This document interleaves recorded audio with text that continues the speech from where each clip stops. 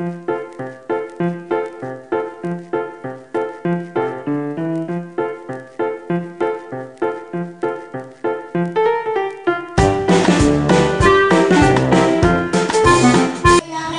niya itong seminar na to. Thank you for being honest, DJ.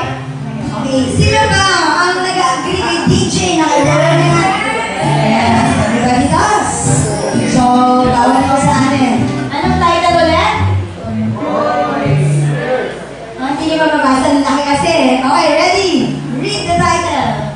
Boy Meets Girl. Ayan na lang, huwag na yung pinakamahabang ano. Okay, so part ito ng ating Bible Seminar series, no? Part ito ng ating Bible Seminar series. Of course, you will be surprised. Meron tayo ditong 10 years old, may 11 years old, may 12 years old, at may 47 years old. Okay, so as early as now, etong mga baka nagtatakay, baka meron, baka may 10 years old. Sabi ko, ba't nandito kayo? Hindi ka children church ngayon, bukas pa. Eh, pinapunta po kami ni Sir Frank. Yan po kasi yung mga nasa teens, mga parang mga inaalagaan na ano. Okay, so, mga 10 years old. Sino 10 years old dito? Nabulo na ako. Sino? Ayun. Sige, thank you, Ben. For being honest. Ayan. So, may quiz kayo, may exam kayo kay Kuya Frank, ha? So, hindi time to play. Ngayon, si Clyde, may exam siya kay Kuya Alvin, pag-uwi ng Taytay, dahil siya na 11 years old from Taytay. And the rest na medyo bata pa kay galing dito sa kapit area sa PS Cruz. And later on, kayo magtataka, meron mag-join sa atin na galing sa mga restaurants. Pero dadating sila pa isa-isa, padala-dalawa, kasi depende sa kanilang break. Kaya hayang nila yung mga pakanting chair na yan. Mamaya, may uupo dyan. Alright, are you ready?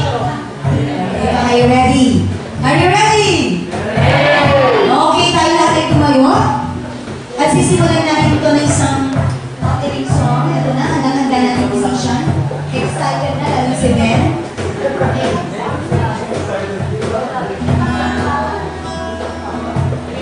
Amen. So, lahat naman tayo nakakalat ng kanta na I can sing of your love. So, yung message kasi ng kanta, kaya napili namin. Kasi, parang yung team nga natin yung Boy Meets Girl, meets love. Kasi love yung bigyan sa atin sa buhay natin. Especially kay Lord Jesus. Kasi siya yung nagbigay ng buhay natin sa atin. Amen. So, come sing with me, I can sing of your love. Oh, Jesus, over the mountains and the sea, your river runs with love for me. And I will open up my heart and let the healer set me free. I'm happy to be in the truth, and I will take it in my hands, and I will always sing when you're looking down. I can sing of your love forever. Let's sing together. I can sing of your love forever. Sing of your love. I can sing of your love forever. I can sing of your love forever. Over the mountains and the sea, your river runs with love for me, and I will open up my heart and let the healer set me free. I'm happy to be in the truth, and I will take it in my hands, and I will always sing when you're knocking down. I can sing of your love forever. Good sing. I can sing of your love forever. Good sing. I can sing of your love forever. I can sing of your love forever. When I feel like dancing, feel like dancing. It's foolishness, I know. And when the words collide, they will dance with us like we're dancing now. I could sing of your love forever. Sing, I could sing of your love. Oh Jesus, I could sing of your love forever. I could sing of your love. Sing our voices. Sing our voices. I could sing of your love forever. I could sing of your love forever. Jesus, I could sing of your love forever. I could sing of your love forever. Hallelujah, Jesus. We praise your name, Lord.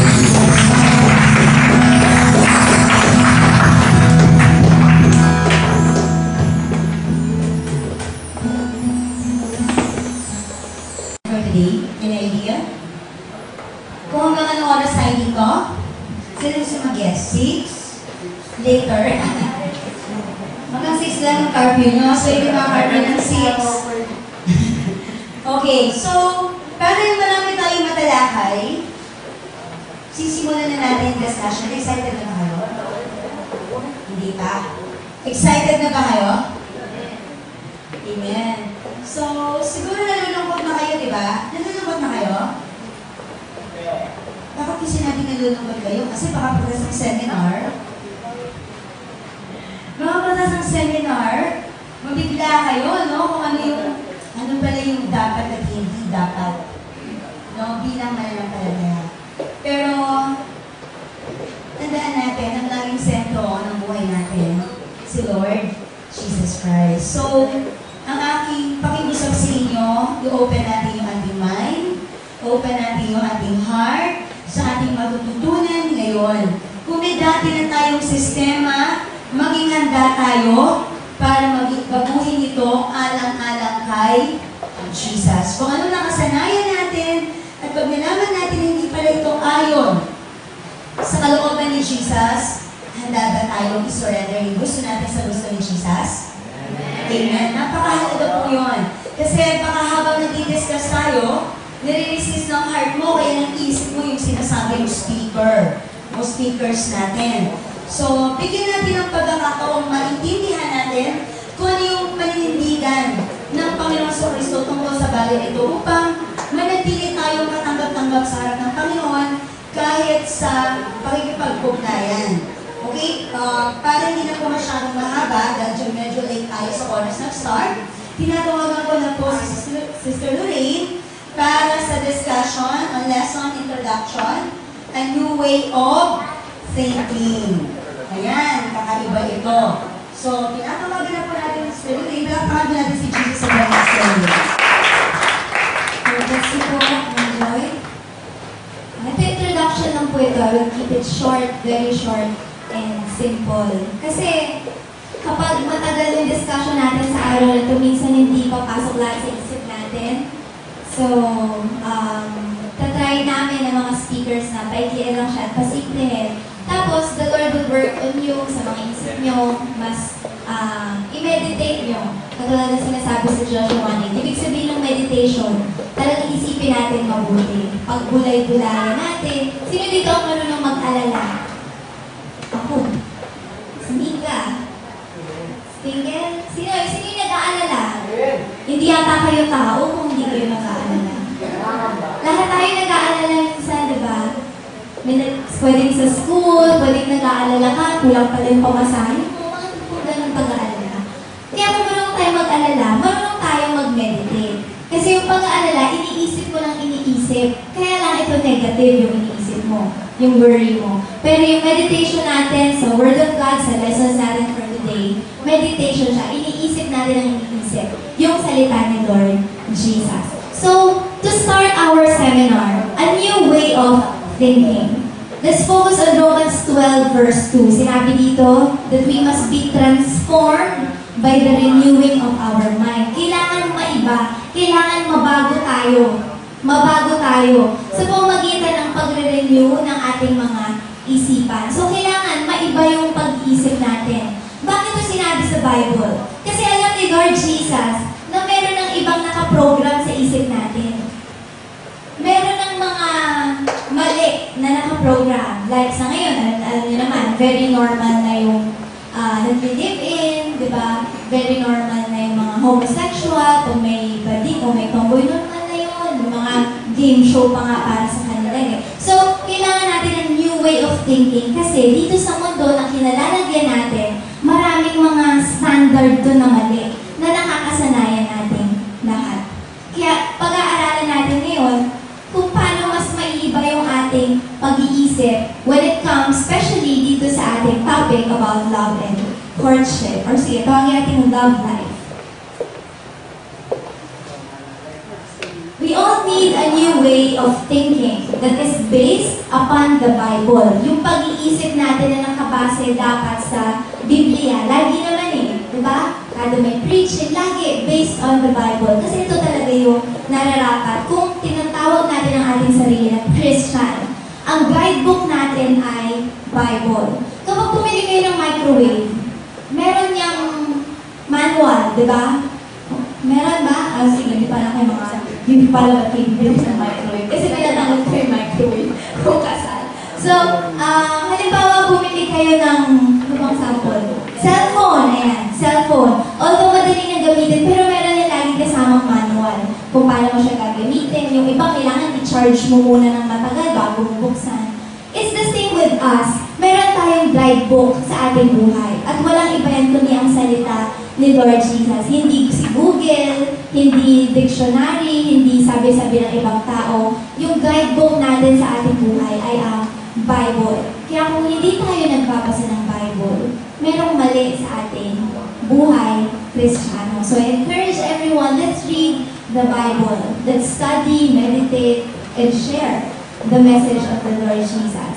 Anyway, back to our topic, a new way of thinking.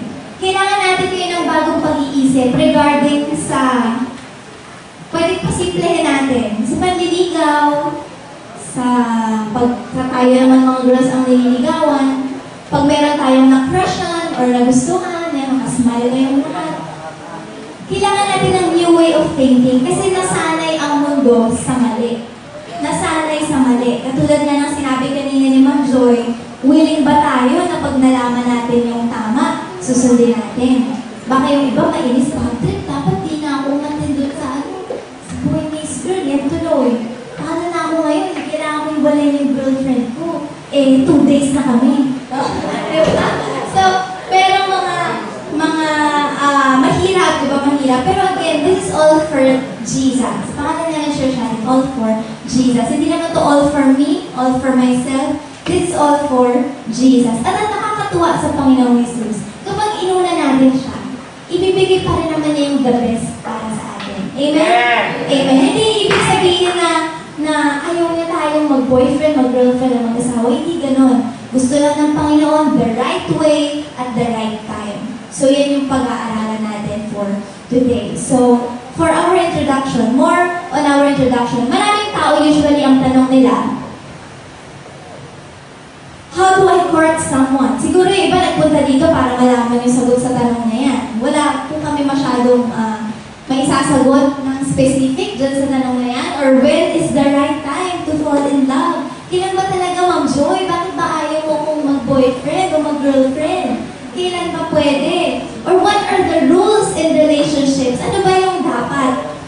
Ano ba? Dapat po ba, may trabaho na? Dapat po ba may 1,000 na sa bangko? Paano po ba para makipag-girlfriend at mag-asawa? So, marami tayong mga tanong na ganyan. But later on, I'm sure naman makahanap natin yung sagot dyan as we study sa ating iba't ibang session. Pero, yung mga tanong na yan yung madalas na tinatanong ng mga tao. But what we really need to more on questions like, how can I live holy before the Lord as I pursue marriage? Paano ba ako mabubuhay ng malinis at banal, maayos, mabuti, sa harapan ni Jesus habang hindi pa ako kasal, habang single? Paano nga ba ako mabubuhay ng holy sa tapat niya, ay sa harapan niya? So minsan wala masyadong nagtatanong sa atin yan. How can I serve the Lord? By waiting for His perfect timing. Paano ako maglilingkod sa Kanya sa paghihintay? Habang naghihintay, paano ba ako maglilingkod? Ano bang mga ministry ko pa na pwede gawin? Bihira yung nagtatanong ng ganyan. Usually, kailan ba? Tagal naman. Pwede na. Diba? But we sometimes neglect to ask, how can I serve the Lord? Habang naghihintay ako, paano kaya ako maglilingkod sa Panginoon? When can I discover the will of the Lord? Ito, iba to sa tanong na, kailan ba ako pwedeng mag-girlfriend? Sa, kailan ko ba matutuklasan yung kalooban ng Panginoong Jesus? Kasi yung kalooban ni Lord Jesus, madalas nalilimutan natin lahat yan. Minsan tingin natin kapag feel na natin, tsaka okay na. Halimbawa, pag ako nakapag-aral na, tapos nagtapos na ako ng work, mag-aasawa na ako. Paano kung hindi pala yun yung will, hindi yun yung kalooban sa'yo ng Panginoon? What if kahit nakatapos ka ng pag-aaral, kahit na may trabaho ka, kahit may ipon ka pa, paano kung hindi pa rin pala kalooban ni Lord Jesus? So, hindi nakadepende sa sarili natin o sa ibang tao. Hindi rin nakadepende sa trabaho. Huwag niyo rin isipin nyo, kailangan may maganda na trabaho. Although, maganda yun, better kung meron, pero hindi din nakadepende. Nakadepende ang lahat ng sagot sa tanong natin sa kalooban ng Panginoong Jesus. Amen? Amen. Ready ba tayo mag-submit sa will ni Jesus? Hindi mo kayo napipilitan. So these are the questions na dapat mas pinagtutuunan natin ng pansin. A new way of thinking. As we end this introduction, kasi introduction lang siya, very short, let me share with you the two kinds of wisdom in this world. Pero isa lang dito yung tunay. Isa lang dito yung totoo. Merong worldly wisdom. Ito yung karunungan ng mundo. But remember, the wisdom of the Lord and the world is foolishness sa harapan ng Panginoong Jesus. So yung katalinuhan ng mundo, may standard yan na, sige, pwede ka ng mag-asawa kapag ganyan. Kapag hindi pa. May mga ganyang standard ng mundo. But those are the wisdom of the world na hindi natin dapat sundin. But then, meron namang godly wisdom, again, that is based on the Bible. So mostly, dito yan umiiral. Worldly wisdom says, I want it now. I'm sure marami sa atin ang nakaramdam yan. Gusto ko na ng special someone. Diba? Malungkot mag-isa. Pero dyan si Lord Jesus, na kumukompleto sa atin, hindi tayo pwede magdahilan. Wala akong ka-text. Araw-araw, gusto ko lagi may ka-text sa yung anli ko. Mag-share ka na Bible verse. Para may text ko si Ma'am Joy. Text ko si Kuya Rainy. Diba? Wala kayong ka-text. Wala akong ma-post sa Facebook na special someone ko. Hindi post ang picture niya ng nanay mo. Mga special someone. So, wala tayong reason. The Lord is completing us. Amen? Secondary na lang itong boy meets girl. Secondary na lang to. Mayroon tayong Jesus, wala tayong problema. Si Ma'am Joy, walang problema dahil meron siyang Jesus. Amen. Amen? Amen. So ito, secondary, kumbaga bonus na lang ito, additional blessing ng Panginoon kung meron kang special someone, kung kalooban niya na magkaroon ka ng special someone. Kasi may mga tao, merong mga Christians that are better without a husband or a wife. Ikaw mo, Onika, ayaw mo bang mag-asawa? There are Christians, no, na halimbawa, kasi siya lang yung umuulat, sila hindi nag-react. Si Apostol Pablo, Apostle Paul, wala siyang asawa. Para nga sa kanya, it's better not to marry. No? Pero kung hindi mo lang mapigil, no? You're going to burn with passion, mag-asawa ka. But then, marami rin sa Bible. Si Adam, meron siyang Eve, di ba? Marami rin mga characters sa Bible, especially in the New Testament, that they are better serving the Lord with a husband or a wife. Meron kang parang katulong, helper, di ba? Nagtutulungan kayo sa paglilingkod sa Panginoon. Pero syempre, kahit dumating man ang time na mag-isa ka lang, tatanda, okay lang. You have the Lord. You are complete in the Lord Jesus. So worldly wisdom says, I want it now. Gusto ko na, ang tagal. Naiinip tayo, pero iwasan natin yan. Godly wisdom says, I will patiently wait. Maghihintay ako sa kalooban ni Jesus. Kahit na mahirap, kahit na malabo, kahit hindi ko mag-gets minsan, basta i-reveal ni Jesus yung plano niya sa akin at maghihintay ako. Worldly wisdom says, I will follow my feelings. Kasi may spark eh. Kasi may butterflies. Kasi may kakaiba talaga sa kanya. Talagang iba siya sa lahat na nakilala ko. Talagang iba talaga. Compatible kami. Pareho kami ng favorite color. Si iba, yun yung kanilang basis. No? Na parang yung feelings mo, di ba? Pareho kami ng favorite song. Pareho kami lang kami nag-gitara, nakagagay kami. So yung mga ganyan, na tinatend tayo ni Satan. Remember, the heart is deceitful above all things. Who can know it? Hindi natin mapagkakatiwalaan ang ating mga puso. So just because you feel something kakaiba sa member of the opposite sex, huwag same sex, ha? Babae, kung ikaw babae, sa lalaki, kung ikaw lalaki, huwag sa lalaki, laban sa babae. So kung may na-feel tayong something, isurrender natin yan agad kay Jesus para siya yung mag-ingat kung ano man yung naramdaman mo na yan. Godly wisdom says, I will follow what Jesus wants. Susundin ko kung ano yung gusto ni Jesus. Kahit na feeling ko man na gusto ko na talaga siya, gusto ko siya ligawan, gusto ko na talaga magpaligaw sa kanya, but you pray for it mabuti, as in mabuti. Kasi pag nagkamali tayo sa love life, tayo rin yung aani ng mga mali natin na desisyon. Tayo rin yung mahihirapan. Pero kapag, di ba usually yung mahirap, yan yung masaya sa huli. Di ba? Halimbawa, para magkaroon ka ng abs, kailangan mo, boys, pinatawag, push ups. Di ba? Scary.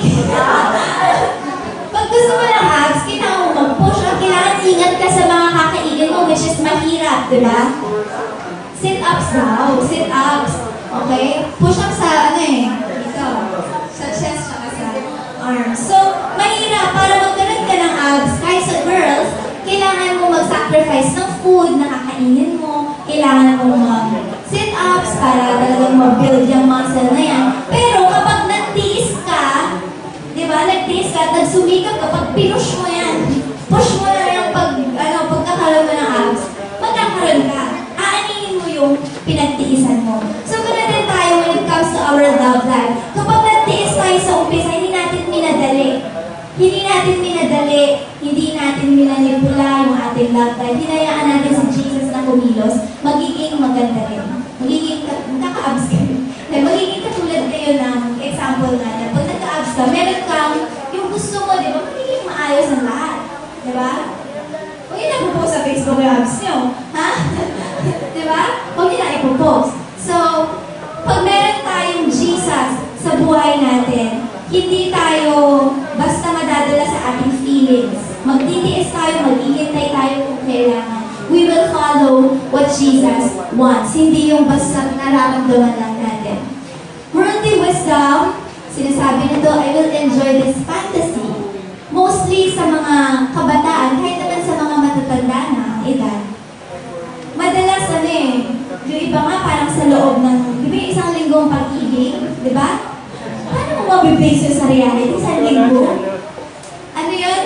Hindi ko yun alam eh. Sige. Umami na kayo. Lunes, hanggang tayo nagkakilala. Tuesday, ano nangyari? Muling nagkita. Sige, may nagkakilala, tapos nagkita lang ulit. Hindi naman nag-overnight para makapag-usap sila o magkakilala mabuti, di ba? Wednesday. Nagtapat na agad.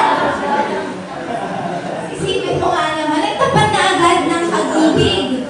Saan nakabase yung pag-ibig niya? Siguro pwede sa mundo ngayon, pwede maganda o sexy, di ba? Di ba? Yan din ang isang danger when it comes to physical attraction. I'm not saying na lahat ng nagsisimula sa physical attraction, masama. Pero, usually, most of the time, ang kaparaanan ng Panginoon, hindi ka talaga ma-attract sa itsura niya. Hindi ka ma-attract dahil ang ganda naman niya. Ang Hindi ganun eh. Si Jesus yung kalooban niya, pinapakita niya sa atin. Usually, makikilala mo yung isang tao, kasi doon na magsisimula, unti-unti i-reveal ni Jesus, at madidiscover mo rin na siya pala. So, iwas tayo sa physical attraction. I'm not saying na bawal magka-crush o mag-admire ng mga, talagang dami mga popogi at magaganda dito, pero mag-ingat tayo.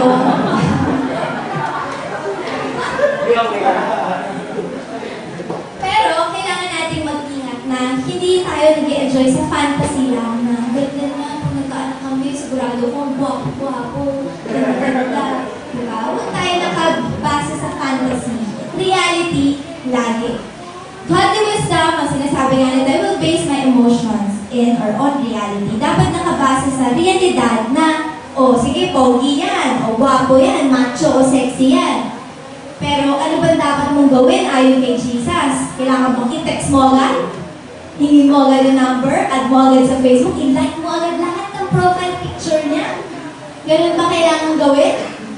Or, ano ka lang, relax ka lang, chill ka lang, huwag masyadong obvious, diba? Ipanalangin mo sa Panginoon kung may posibilidad ba, diba? Na kayong dalawa ay alam niya na. At, syempre, hindi rin yan agad-agad. Pwedeng may posibilidad, hindi pa ngayon. Pwedeng i-reveal sa'yo ni Jesus na somehow meron, pero maaaring hindi pa ito yung right time. So, matagal maghintay, ano? Naiinip ba kayo? Hindi. Si iba yung sumagot. Isa lang ang sumagot. Si ate lang. Naiinip ba kayo? Gusto niyo na ba mag-asawa? Hindi nga. Hindi na. So, ito talaga malawak po ito ng lesson. And matagal ko lang gusto po na i-conduct ito. Ay hoping na mas marami pa sana umattend. But we can start sa atin and we can share it sa iba. Meron tayong video, share natin ito online so that others can be reminded as well kung ano ba ang mga guidelines. And as we study this lesson, i-remind ko lang kayo na yung mga i-share namin sa inyo, hindi ito strict rules. Although yung iba, like, for example, you remain pure before marriage sexually. Ayan, commandment yan ng Panginoon. But other than that, meron kaming mga i-share sa inyo. But it may not, maaaring hindi ito applicable sa lahat. Kasi iba-iba tayo iba-iba tayo ng sitwasyon sa buhay eh. But itong mga guidelines na to, it can help us. Guidelines lang to. Gabay sa atin. Better kung masunod natin. Kung hindi man, maaaring hindi naman kasalanan kung hindi nyo masusunod. Pero ito yung mga guidelines, again.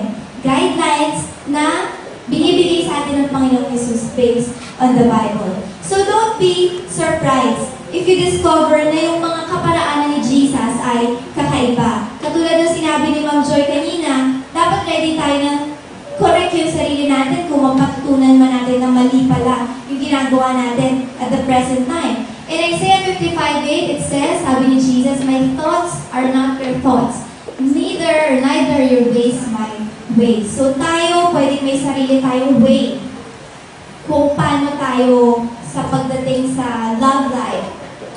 But iba yung pananaw ng Panginoong Jesus, iba yung kaparaanan niya. At makakasiguro tayo that if we follow His ways, wala mang perfect sa mundo na to, pero it will be almost perfect para sa atin. Magiging masaya yung buhay natin. Magiging masaya yung love life natin kapag unang-una pa lang, sa umpisa pa lang, sinubmit na natin ito sa Panginoon. Naniniwala ba kayo dyan? Amen! Amen! Amen. Papakan po natin sa Lord Jesus. Okay, let's have a 2 minutes break muna. Lahat po ba dito naka-register na? Hindi pa? So, andun po yung ating list. Make sure po na isulat niyo yung contact number, pati age na rin, and outreach, and then yung name. And then meron po na entrance fee na 40 pesos.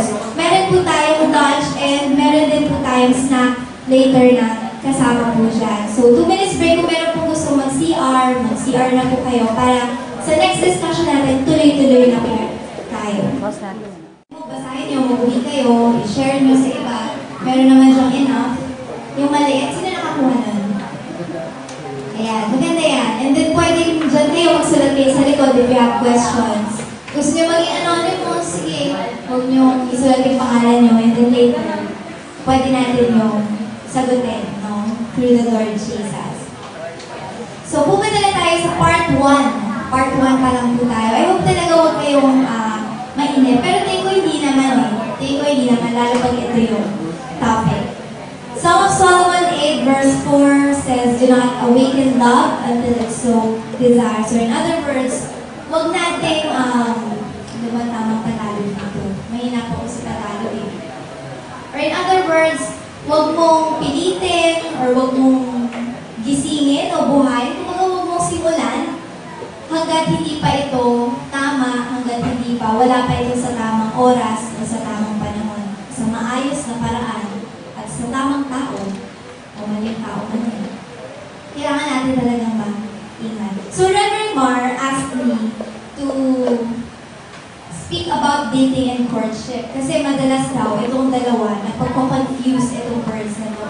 So, we will study kung ano ba talaga yung ibig sabihin ng terms na ito. And syempre, biblically, kung paano natin ito iintindihin. What is the difference between dating and courtship? Sinong explain or share ng iyong insight? Anyone? Hindi na ako magpapapremyo, baka magtaas kayo lahat. About dating and courtship. Siguro kahit ako kasi before, naguguluhan din ako sa dalawa nito. And I really prayed to the Lord Jesus na maintindihan ko mabuti. I think 5 years ago. No, 5 years ago, I read this book entitled Boy Meets Girl, and dito inspired yung ating seminar for today. It is a book written by Joshua Harris. Napakaganda na itong libro na ito. Hindi ito strict rules, again, like yung seminar natin, pero guideline siya talaga na talagang makakatulong sa atin sa mga love life natin lahat. So what is the difference between dating and courtship? Tingnan muna natin sa dictionary, human dictionary. Courtship, pag sinerch niya sa Google o sa iba't ibang dictionary, it is a period during which a couple develop a romantic relationship, especially with a view to marriage. Ang ganda ng factor na merong view to marriage. Diyan na nakasulat. Masyadong mahaba, pero yung dictionary defines courtship as malawak na malawak. A period during which a couple develops a romantic relationship, ulitin natin, especially with a view to marriage. It is described as the period. Yung, pag sinabi natin period, ito yung season. Ito yung panahon. Kumbaga yung tagal o ikli ng panahon, yung duration. On a couple's relationship, which precedes their engagement and marriage. So courtship, meron tong marriage in mind. Kasalan. Dahil, bakit tayo makikipagkilala sa isang lalaki o isang babae kung wala pa sa isip natin ang kasal? Bakit pa? Anong purpose? Bakit ka manliligaw kung gusto mo naman tumandang binata? Meron ba dito gustong tumanda ng binata? Boys? Wala. Clyde, ikaw. Ganyan. Bata pa siya pero ayaw na tumanda mag-isa. Siguro gusto niya ayaw na maging binata. Pero hindi natin alam anong kalooban ni Lord Jesus sa ating lahat. But it precedes their engagement and marriage. Tandaan natin yan. So during courtship, couples get to know each other, kinikilala. And it will come to a certain time that they will decide if there will be an engagement or other such agreement. Engagement or wala. Kung hahantong ba ito sa kasal o hindi ito hahantong sa kasal. Yan yung main natin na purpose pagdating sa courtship. Hindi yung parang meron ka lang makasama.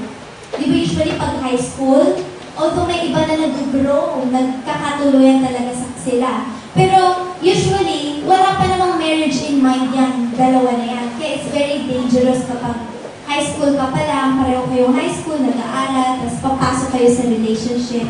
Usually, gulo lang o kaya mga heartaches, diba? At mga disappointments ang mararanasan natin. So, meron kang view sa engagement and then marriage. The average duration of courtship, it varies. Nag-iba-iba to kung gaano katagal at iba-iba to sa bawat couple.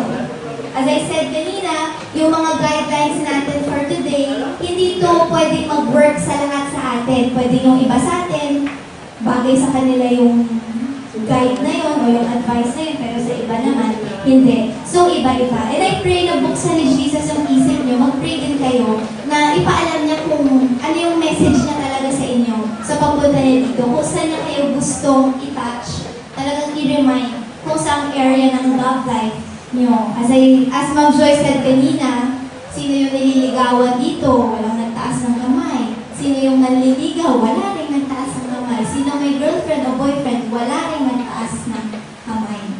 Bakit ganun? Ulitin natin. Sino dito may nililigawan?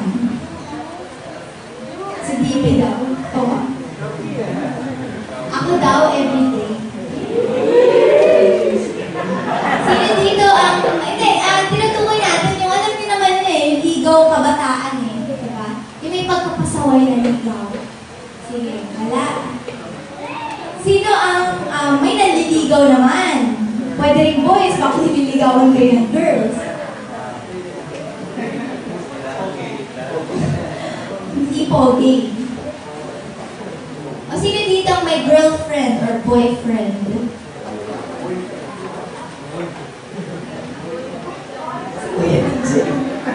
Ayan. Okay. Sino dito may asawa?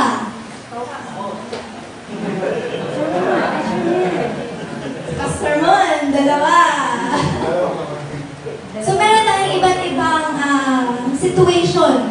Iba-iba tayong sitwasyon. Iba-iba tayo ng edad, iba-iba tayo ng pamilya, iba-iba ng kaparaanan ng mga tao sa paligid natin. So again, yung mga pag-aaralan natin ngayon, hindi ito applicable sa lahat.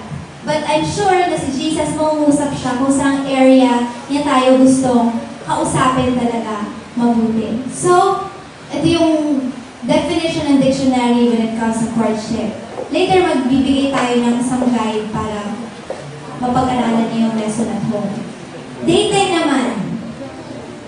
Sa dictionary din, to go out with someone in whom one is romantically or sexually interested. Tinignan ko to sa halos lahat ng dictionary dahil kung may sexual, hindi yun pwedeng mawala when it comes sa word na dating. Dictionary defines dating, to go out with, ayun nga, someone. It is also described, dahil nga nako-confuse nila yung two, a form of courtship consisting of social activities. May iba't iba, pwedeng makikita sa restaurant, pwedeng manonood ng sine, iba-ibang activity, pwedeng makikita sa isang party, done by two people with the aim of each assessing the other's suitability. Kung bakit inaalam nila na, ito kaya, compatible kaya kami, magkakatuloy kaya kami, magkakasundo kaya kami. Usually, iba ganyan ang tinatanong nila eh. Pag hindi kami nagkasundo nito, hindi kami. Hindi nila alam, pag nag-asawa ka, maraming times hindi talaga kayo magkakasundo. Tama mo ba? Ako kasi, ano pa lang eh, wala pa ako masyadong experience, pero si mama ko kasi, lagi sinasabi, kumbaga ayaw na akong magulat, anak, talaga, ako anak, darating ang panahon, anak, ang dami. So ako talaga, nagre-ready ako para hindi ako mabigla. Pero totoo yun, kahit sa magulang ko, nakita ko at sa iba, na maraming mga hindi pagkakasundo. So hindi yun pwede maging basis na pag di kami nagkasundo na ito, hindi kami para sa isa't isa. It's how you work on those differences, kung paano nyo sinosolve yung mga problema. Ganun yung courtship at pag-aasawa. So, sa mundo, yung dating, tinitignan nila kung suitable yung tao na to para asawa rin. O minsan yung iba, para lang makalive-in, yung iba, para lang makasama, diba? Maraming artista ngayon, ang tagal na nilang may boyfriend or girlfriend, tapos pag tinanong kung kasalan na ba ang tuloy, mostly sa kanila, ay hindi pa, wala pa sa isip namin yan, bakit hindi pa? Kumbaga, hindi pa sila sure na yun yung mapapangasawa nila. Merong part sa kanila na, hindi pa, baka maghanap pa ako ng iba, pag hindi ako natuwa dito sa tao na to, parang gano'n. So, yun yung view ng mundo when it comes to dating. Yung ibang mga tao, especially Christian, they find the word dating na negative. And yun nga, nagkausap rin kami ni Reverend Mark, kahit siya, yung salitang dating kasi negative talaga pagdating sa ating mga Kristiyano, parang, ay, makikipag-date, Nakikipag-date ka? Paano ka nakikipag-date? Sigurado ka ba ng kalooban ni Jesus yan? Saan ba kayo nag-date? Saan ba kayo nagkikita? Gano'n ba kadalas kayo nagkikita?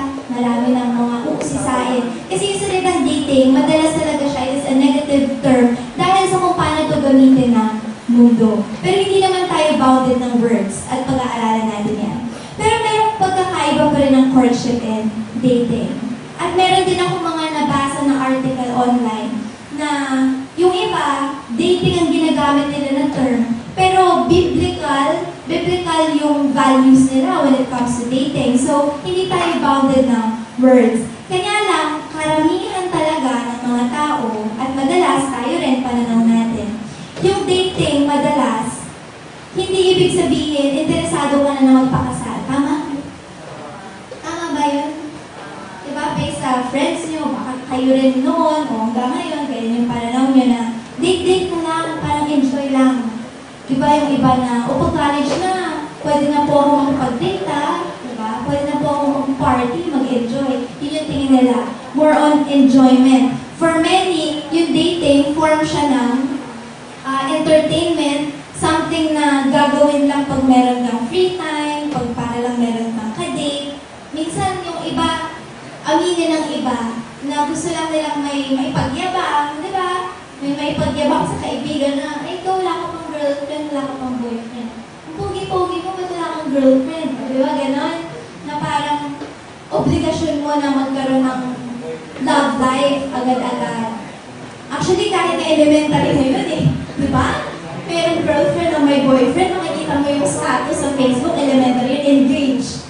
Di ba? Kasi mas cute daw kaysa sa married, ma-engaged. So, may mga ganyan, ng mga bata pa lang. At huwag din tayong malito dahil may mga matatanda rin na kahit na 30 plus yan o 40 plus, hindi pa rin nila alam yung right way when it comes sa love life. So, kailangan talaga natin si Jesus. So yan, dating is a form of entertainment, madalas sa ibang mga tao. And then, for some people, it is a modern game where intimacy is practiced before commitment. Kasi di ba, it involves mga romantic na pag-uusap, di ba? Usually, magbobolahan dyan. Tama ba, boys? Usually, sa mundo, di ba, na kapag umpisa, kahit hindi mabigat yung bag mo, bubuhati. Bibigyan ka ng bulaklak, bibigyan ka ng chocolate, kahit hindi mo birthday. Tapos, surprise ka kasi nga gusto ma-win yung heart mo, so susuyuin ka. Kaya lang, pag sinagot mo na, o sige, parang sige, kahit na ako, stop na kasi no-win na niya. Hindi niya alam na everyday yan, kailangan boys, wini-win niya yung heart ng girls. And vice versa, girls. Huwag kayong pakampante. Dapat, kayo rin. Hindi ngayon baka sinasabi nyo si Ate Doreen po, sabi mag-boyfriend na daw ako. Mag-girlfriend na daw ako ngayon. Sinabi niya kung paano daw yung gagawin. Hindi. Right timing ni Jesus. Pero, tandaan natin na hindi tayo dapat nagpa-practice ng mga intimate emotions or physical. Di ba? Mga physical, like holding hands, na mag-lead sa iba, kissing, making out, and oftentimes mauuwi talaga sa sex. At may mga kabataan ngayon, alam naman natin na nagkakamali dito. Meron kami dati inattend na seminar, and then sabi nga nila, yung teenage pregnancy, sobra yung pag-angat niya. As in, sobra daw yung pag-angat. As in, sobra. Kesa sa iba pang mga problema sa munisipyo, yun daw, kaysa sa mga walang bahay, di ba, mga problema na walang bahay, hindi yung teenage pregnancy. Grabe raw talaga na tumaan. So, kailangan talaga natin si Jesus when it comes to this matter. So, tandaan natin na sa mundo, ito yung pananaw nila sa dating. What about courtship? Courtship, on the other hand, absolutely does have marriage in mind. Again, some may use the word courtship, pero mali yung ginagawa nila, so hindi tayo bounded ng words. To say that you are courting someone or are in a courtship, it is basically to say na, I am moving toward possible marriage with this person. Halimbawa, meron kang nakilala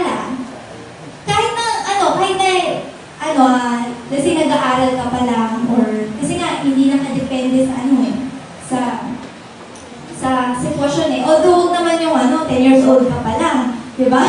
Papasok ka na sa courtship. Kailangan pa rin yung kaya mo na talaga. So may mga tao na pag may nakilala silang tao, syempre tao, hindi tao, di ba? There are other persons na kapag may nakilala silang special someone, gusto lang nila yung makasama. Gusto lang nila makasama. Wala sa isip talaga nila yung kasal. Na gusto ko lang ng ng may nag-aalaga sa akin. Di ba may ganyan? Gusto ko lang na merong makikinig sa akin, iindihan sa akin. Pero yung commitment, wala. Yung commitment, wala. Na gusto mo yung mga intimate na ginagawa ng mag-asawa, pero wala kayong commitment. So, naglolokohan lang kayo. Yung iba, they are involved in sexual intimacy na kahit hindi pa sila kasal. Yung something na dapat sinishare nila sa asawa lang nila, nabibigay nila sa kung sino-sinong tao. Wala yung commitment. So, pag courtship, magandang gamitin itong word na to, na you are moving toward possible marriage with this person. Merong posibilidad na mauwi sa kasal. Pwedeng mauwi sa kasal. Sino gusto ikasal? Boys, but girls na. Hindi ko naman sinabing sino gusto mag-wedding gown. Sabi ko lang, sino ang gusto ikasal? Edge lang yun. Amen? Ayaw class. Ma'am Joy. Ikasal kay Jesus. Amen. Lahat tayo ay kakasal, no? Kay Jesus. Pero dito sa mundo, pwedeng meron tayo mga desire na magpakasal at hindi yan masama. Ang gusto lang ni Jesus the right way. So when it comes to courtship, meron tayong pananaw na pag may nagustuhan kang isang babae o isang lalaki, yan meron kang purpose. Ang purpose mo talaga pag-aasawa. Pero yung purpose na yan, hindi yan mamadaliin. Hindi yan mamadaliin. Mag-grow yung friendship nyo, yung pag-aaralan natin mamaya, marami pa tayong session. Una pa lang to, may 5 pa. So yun yung pag-aaralan natin. Yung possible marriage toward this person. And matutuklasan yun through courtship kung ano yung kalooban ni Jesus. Next, it also absolutely implies exclusivity with a person. Ano ibig sabihin nito?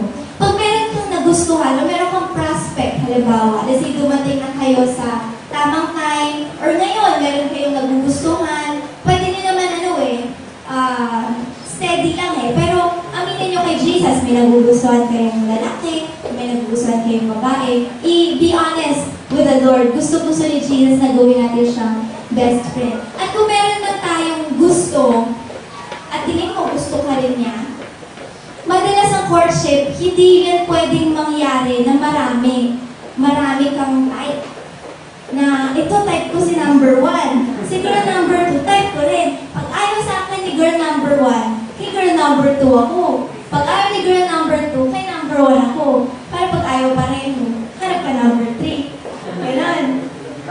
So, usually, kapag papasok tayo sa courtship, parang ligawan. Ligawan pero iba kasi na ang gamit ng mundo sa ligawan kaya mahirap natin gamitin yan Kapag nag-enter ka into courtship, isang tao lang. Isang tao lang.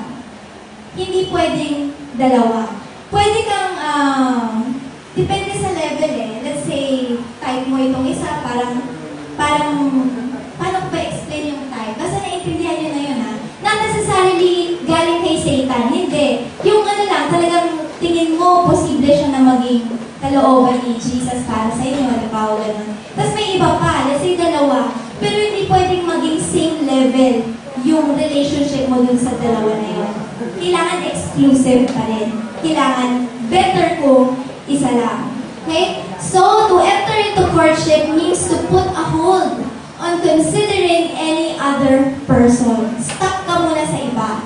Huwag sabay-sabay. Kasi malilito ka sa kalooban ni Jesus kapag sabay-sabay. Ay, ito kasi mas magaling tumugtog. Ito hindi masyado magaling tumugtog. Ito kasi medyo mataba. Yung isa may muscle. Diba? Para nagko-compare na ngayon, may mga ganyan na mangyayari. So, better na isa lang. You put a hold on considering any other person, stop ka muna, in order to focus dito sa tao na to. Kung magiging potential wife or husband mo ito. Pero make sure the courtship, dalawa kayong nag-a-agree. Ha? Hindi ba ikaw lang na ayaw naman pala sa'yo? Kailangan, may mutual agreement kayo. Diba? May mutual agreement kayo na, sige, let's try this. Let's try this relationship. Pero yung pag-aalala natin mamaya kung ano yung mga guidelines, no? Pero yun, let's try this relationship. Discover natin ano yung plano ni Jesus para sa atin. Pero merong mga reservations. May hindi dapat. Yun yung pag-aaralan natin later. Ngayon, intindihin lang natin mabuti yung dating and the word courtship. So again, kailangan better, exclusive lang sa isang tao lang. Next. Notice also that courtship is not engagement. Hindi mo to engagement. Hindi ka pa sure na ito yung mapapangasawa mo dahil i-discover niyo pa lang. Aalamin niyo pa lang kung doon nga ito mag-nili. Hindi yung, yan mag-iipon ako sa kasal natin, pili ka na ng gown mo. Hindi, ganun. No? Usually, nangyayari yan sa formal engagement na tipong pwedeng bigyan ka ng singsing, tapos planuhin yun na. No? Pero dito, when it comes to courtship, more on friendship and fellowship lang talaga ito. Wala pa itong masyadong sweet-sweetan na physical intimacy, sexual relationship, wala. Kailangan, yun, mamaya. Excited ako. Mamaya pa yun eh. So, courtship is not engagement. Kasi to be engaged to a person, it is to make a decision to marry. May decision ka na sige, papakasalan kita. Ako rin, papakasalan mo ako. Kailangan ikaw lang. Diba? Kailangan pareho kayo ulit. So, to become engaged to a person, decision mo yan to marry. Ang courtship, it only wants to focus dun sa person you think might be the one. So again, inulit ko lang para mas maalala nyo, yung posible na maging mapapangasawa mo. Yan yung main na aim natin sa courtship.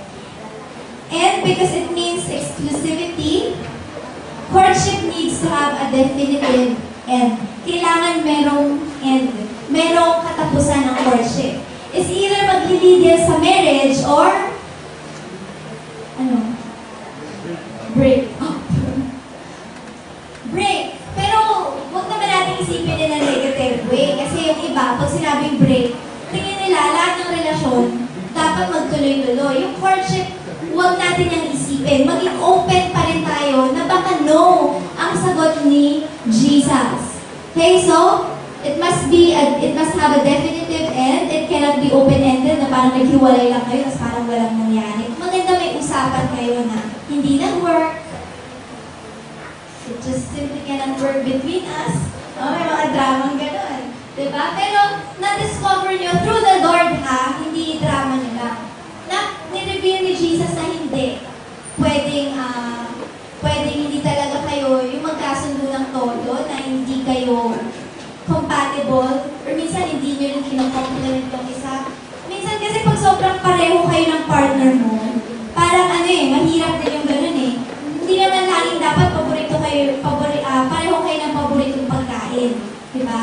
Na pag pareho yung ayaw sa gulay, paano kayo pag gulay ang hulaw? Diba? May isa na sasalo nun. So, hindi lang yung compatibility. Most of the time, you complement each other.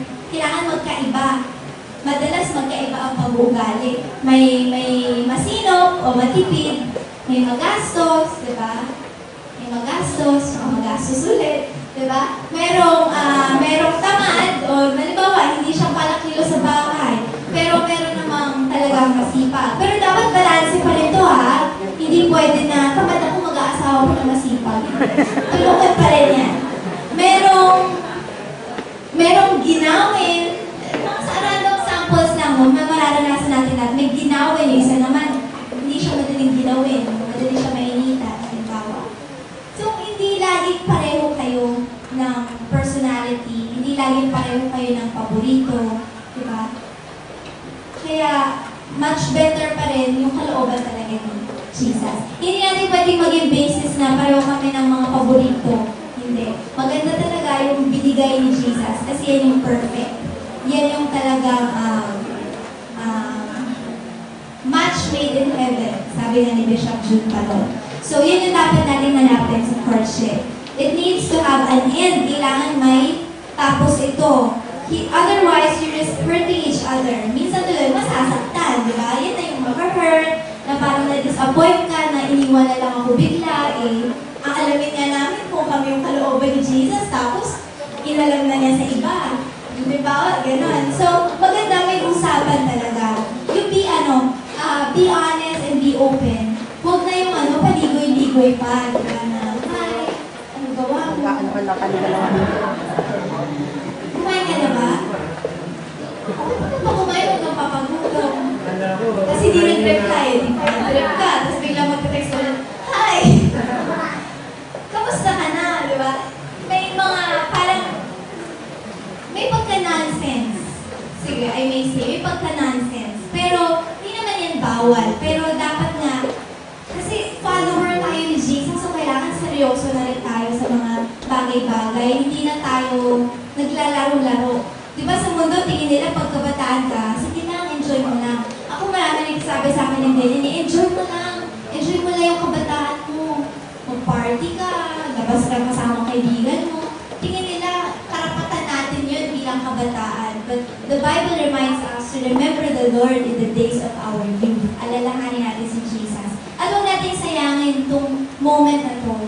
Maglingkod tayo kay Jesus. At alamin natin ito, para pag dumating yung time, na perfect time na para sa atin to enter courtship, malinaw na sa atin. Reminded na tayo kung ano ang dapat gawin. So again, it must have an end.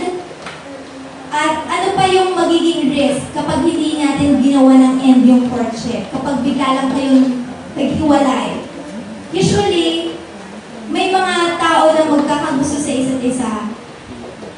May danger din when it comes to courtship. Kasi minsan, gusto mo parang inaangkin mo na yung tao na yun. Di ba? Siguro kayo na nakaranas naman na kayo na, halimbawa kahit ligawan lang. Let's say, immature na ligawan. Lalo ngayon, pinag-aaralan pa lang natin ito mabuti. Pero yun yung nagiging danger, di ba? Pag may ibang ka-text, nagsiselos ka. Di ba? Hindi ba? Yung totoo. Oo.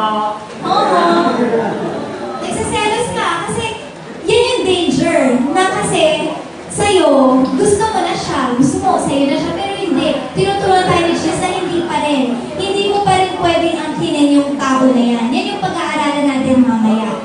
No? When it comes to courtship, paano natin ma-guard yung ating mga puso? Dahil nga baka masyado naman tayong ma-in love.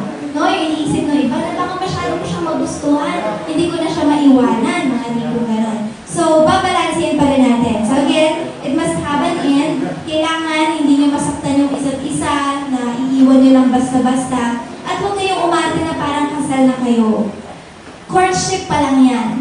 At when it comes to dumating yan sa engagement, huwag pa rin kayong umarting kasal na kayo kasi engagement pa rin yan. So the things na pang mag-asawa lang, dun pa rin yun pag mag-asawa. Hindi nyo pwedeng sabihin na, ate Lorin, siya rin naman yung mapapangasawa ko Pwede na yun. Pero iba pa rin yun. Yung boyfriend mo man, yan man yung mapapangasawa. Let's say, magpapakasal na kayo bukas.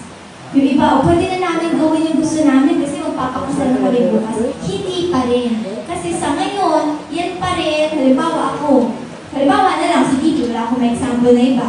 Nung hindi pa kami kasal, kahit na nakaplano na yung kasal, siya pa rin yung DP na boyfriend ko pa lang. Hindi ko pa rin siya asawa. Kahit na doon din kami pupunta, hindi pa rin. Kaya, hindi pa rin. Hindi pa rin. Pero kapag yun na talagang naging kasal na kayo, doon na siya magiging maayos sa harapan ng Panginoong Jesus. Doon na kayo talaga mag-asawa na. So hindi yung pwede excuse na magpapakasal din naman kami rin naman sigurado naman bukas pakasal naman na kami. May mga iba pang nagkakamali na ganyan. May nabasa ako na book na mga Christian sila at nahulog sila sa temptation na gano'n. Na napangasawa nga naman din nila talaga. Pero the right thing at the wrong time is the wrong thing. Kahit na tama yan, for example, sex. Sex is good sa harapan ng Panginoon. It is a gift from the Lord. Right thing yan sa couple. But, pag ginawa mo yan sa wrong time, sa maling panahon, it is a wrong thing. Mali pa rin siya. Kahit gano'ng ka pleasurable enjoyable para sa iba, masarap, masaya, enjoy. Pag ginawa mo sa maling oras, maling bagay pa rin yan sa harapan ng Panginoong Jesus. So sa courtship, ang dami nating kailangan na iwasan. At dito nga tayo sa kailangan meron siyang end. Bakit? It risks giving into the temptation to do that one thing reserved only to married couples because you become so used to each other. Pag masyadong tumagal na nasa courtship kayo, masasanay na kayo sa isa't isa, tapos baka matempt kayo na, na gumawa ng mga bagay na hindi tama. Kaya it's better pa rin talaga na unless hindi ka pa sobrang ready, let's say hindi ka pa pinapayagan lalo ng parents mo, walang pastor mo, huwag ka muna talaga pumasok sa courtship. Pero kung may mag-guide naman sa'yo, niligid ka ni Jesus na okay lang, sige. Pero kailangan talaga natin ng matinding guidance from the Lord. So, at the practical level, you want to be in a courtship for a short time. Pag sinabing short time, hindi naman 1 month, hindi naman gano'n. Pwedeng years din yan, pwedeng tumagal din yan ng taon. Pero, huwag nang patagalin ng mga 10 years, gano'n. Sa courtship kayo, hindi niyo pa ba na-discover nun? Baka 40 years old na kayo nun. Diba? Well, hindi pa rin natin alam ang kalooban ng Panginoon. What if hindi ka pa rin nagmamature in 10 years? So baka ayaw pa rin niya. Pero, usually, talagang short time lang. With the agreement, again, may agreement kayo to get engaged or not. Didiscover nyo, yan ang purpose. I-discover nyo kung siya yung mapapangasawa mo sa buhay. At isa lang ang mapapangasawa natin. Unless yung iba na mamamatay asawa, pwede sila mag-asawa ulit. But only one person. At kapag ginawa natin maikli, this will ensure that hearts are not too invested beyond repair. Ibig sabihin, hindi pa masyadong na-fall. Parang gano'n. Parang hindi ka pa masyadong naging attached. Kasi pag sobrang attached ka na, mahihirapan ka talaga. Baka pag sinasabi na ni Jesus na no, hindi yan yung para sa'yo, ayaw mo na kasi sanay ka na, gusto mo na yan. Pero no pala ang sagot ni Jesus. So lagi tayong open, very open sa kalooban ng Panginoong Jesus. So this ensures that hearts are not too invested beyond repair so that both persons are able to become available to new persons naman. Para hindi tayo naglalaro pero guided ka naman ng Panginoong Jesus. So kung may iba ka pang makilala, doon nyo ulit i-develop yung courtship. Siyempre, tutuklas na ulit kung meron ka pang ibang partner, magiging partner in life. Just make sure na kapag si Jesus, sinabi niya na no, huwag tayong malungkot. Kapag nauwi sa no ang courtship, sa hiwalayan, hindi. Talagang hindi. Huwag tayong malungkot. Ang mahalaga, nalaman natin yung kalooban ni Jesus. Amen? So, yes man yan, or no man yan, tamang time na o hindi pa tamang time, magpasalamat tayo kay Jesus. Kasi ang gusto natin yung kalooban niya. Hindi yung makakapagpasaya sa atin, sa love life, kundi yung makakapagpasaya kay Jesus. So we should still be grateful because His ways and His plans are always the best. So let's end with this reminder. As we simply think of itong definition of both words, masasabi natin na mas better yung courtship, tama? Mas better na gamitin yung term na yun. But again, hindi tayo bounded by words. Let us be reminded that avoiding lawlessness and legalism is far more important, mas mahalaga to, kaysa sa paggamit natin ng term na dating or courtship. We should not waste too much time to debate over words. Hindi katulad ng ibang tao, may mga forum online na nag-aaway sila. Hindi courtship dapat, hindi dating dapat. Hindi. Ang mahalaga, we should not waste too much time to debate over words that can distract us from what really matters in relationship. At ang pinakamahalaga sa lahat ng relasyon sa ating buhay, especially sa love life, sa boy meets girl, ay yung kalooban ni Jesus. The Lord Jesus wants us to seek His will and remain pure before Him as we wait on His timing for romance. Always remember, yung mga terms na yan, yung mga words na yan, it don't define our lives. Our lives define our terms. Kung dating man ang tawag mo dyan, pero you are doing it God's way sa kaparaanan ni Jesus, okay lang. Pero kung, halimbawa, yung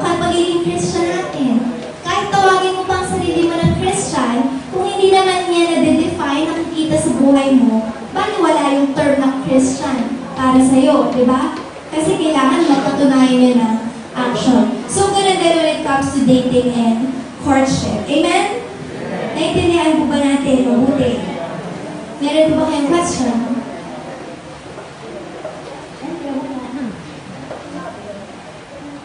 Walang question? Wala talaga? Kahit ano, share. Kung gusto niyo mag-share ng iba pang insights, kung meron, let's say baka nagkamali ako, nagkulang ako, meron kayong ibang madadagdag or mariremind. Wala talaga? Yan. Ayan. Ayan. Si brother, ay sige, teka po, si Samuel.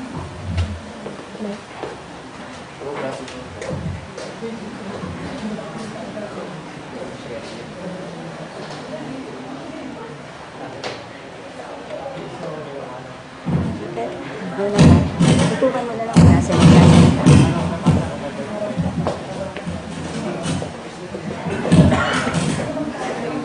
Peace, good afternoon to everyone.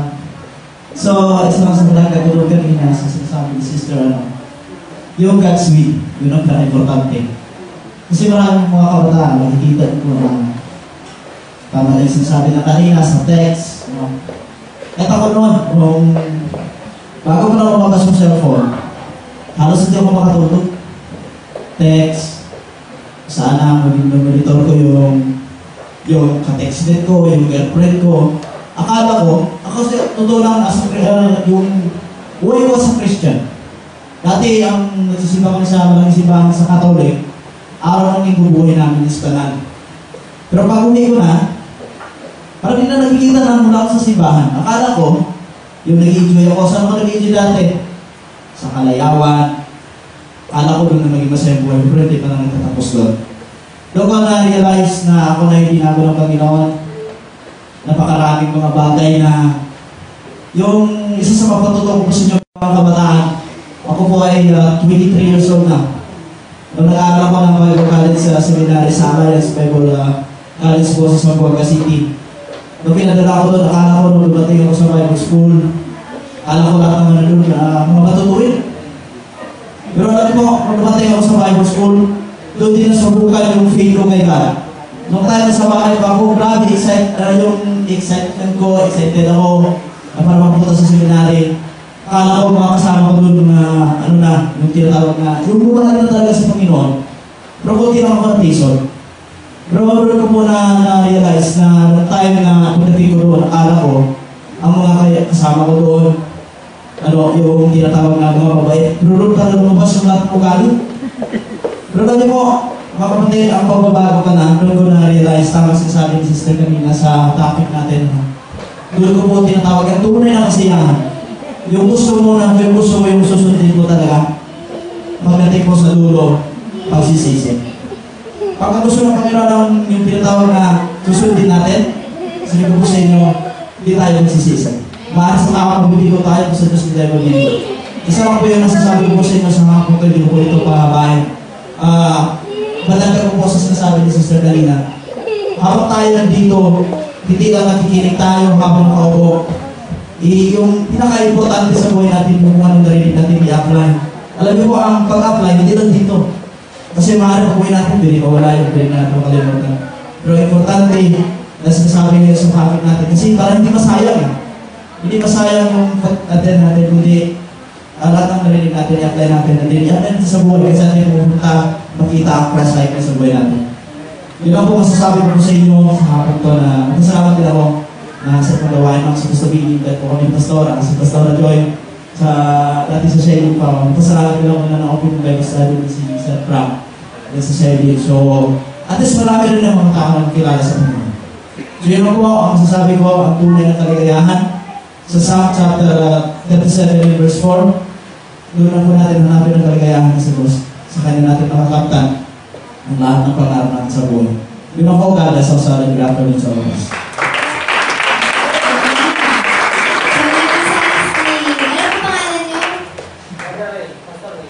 Ray, ni Brother Ray, yung kalooban ni Lord Jesus. Talaga yun yung aim natin. Ngayon sa buong araw na to, hindi lang sa love time ha. Halimbawa dito dito sa career, anong course ang kukunin sa college, anong trabaho, sa ministry nyo, sa church, yung kalooban ni Jesus lagi ang hinahanap natin. Kaya hindi tayo masyadong mahihirapan na, ano bang gusto ko? Ano bang gusto ko? Ang maganda, ano yung gusto ni Jesus? So, dyan tayo mag-focus. So, ready na tayo for our next session. Hindi, inaantok kayo. Kasi pag nag-games tayo or other activities, tatagal. Diba? So, mamaya, no, meron tayong mga something. Ay, question. Sino po? Sige, Kuya Jeff. Pwede. Hello. Tanong ko lang po, dalawang tanong. Number one, what if yung babae gusto mo pero ngayon ang parents mo? Number two, does the Bible agree sa fixed marriage? Yung fixed marriage, sa Bible nga rin meron eh. Diba? It depends sa culture ng mga tao. Kasi dati rin eh, may mga napag-aralan ako na usually nga bata pa lang eh. Diba?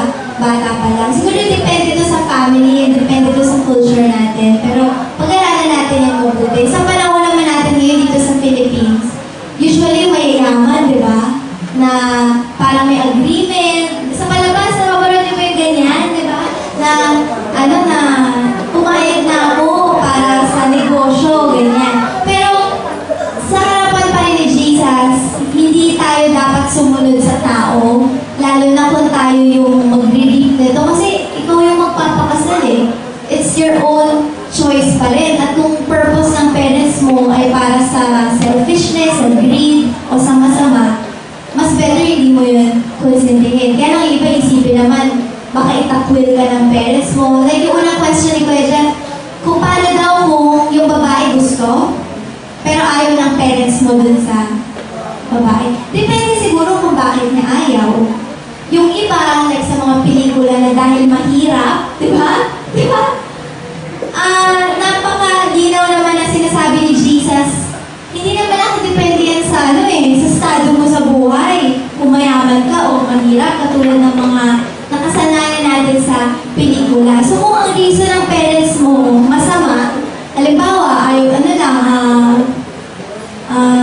yun nga, nang mamaliit. O matapobre, gano'n, yung magulang mo.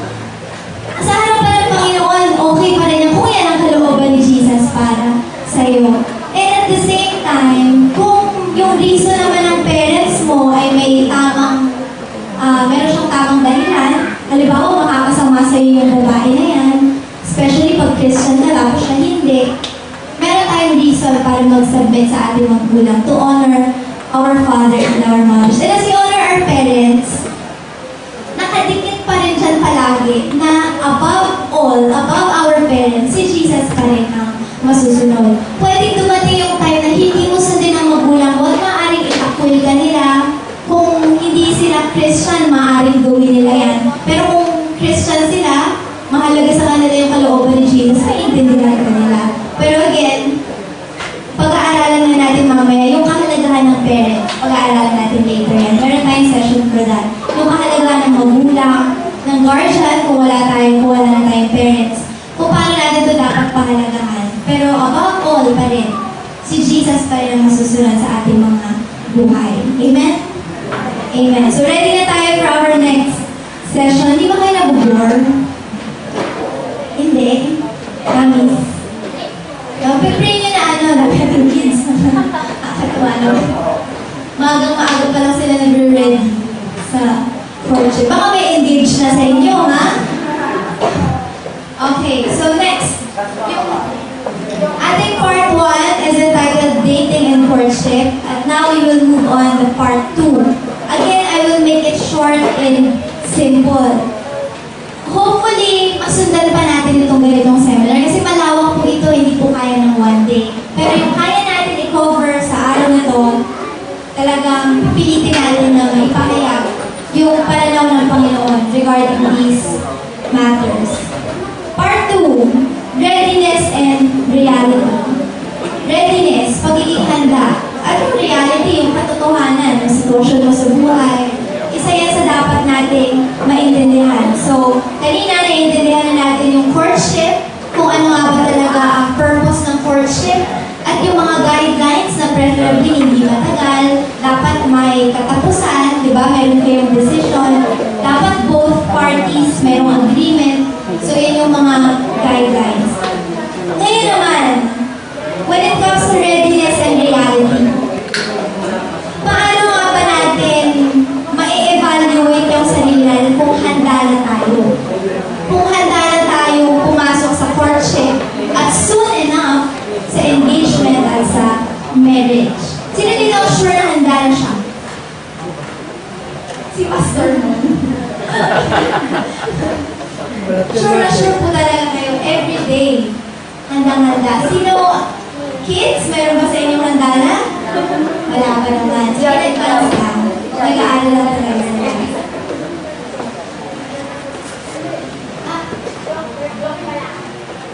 So, for a true Christian, para sa mga totoong Kristiyano, kasi may iba na tinatawag lang nilang Christian yung sarili nila, pero hindi talaga.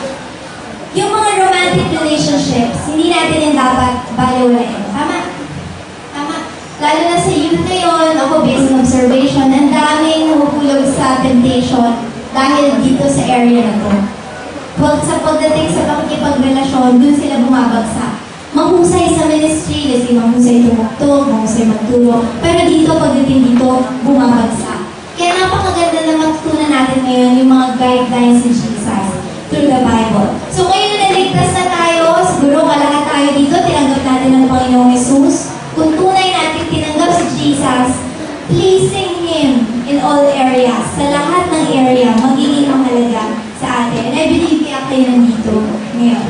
Remember that our main purpose in entering courtship is to find a person na mapapangasawa natin. So, mga reminders ulit. Keep in mind na kailangan natin i-value yung kalooban ni Jesus. Hindi lang yung gusto natin. And now, when we are in the process of finding the right person, kung nasa maayos na edad tayo or tingin natin, ayoko kasi gamitin yung word ng tingin, no? Kasi baka mali ang tingin natin.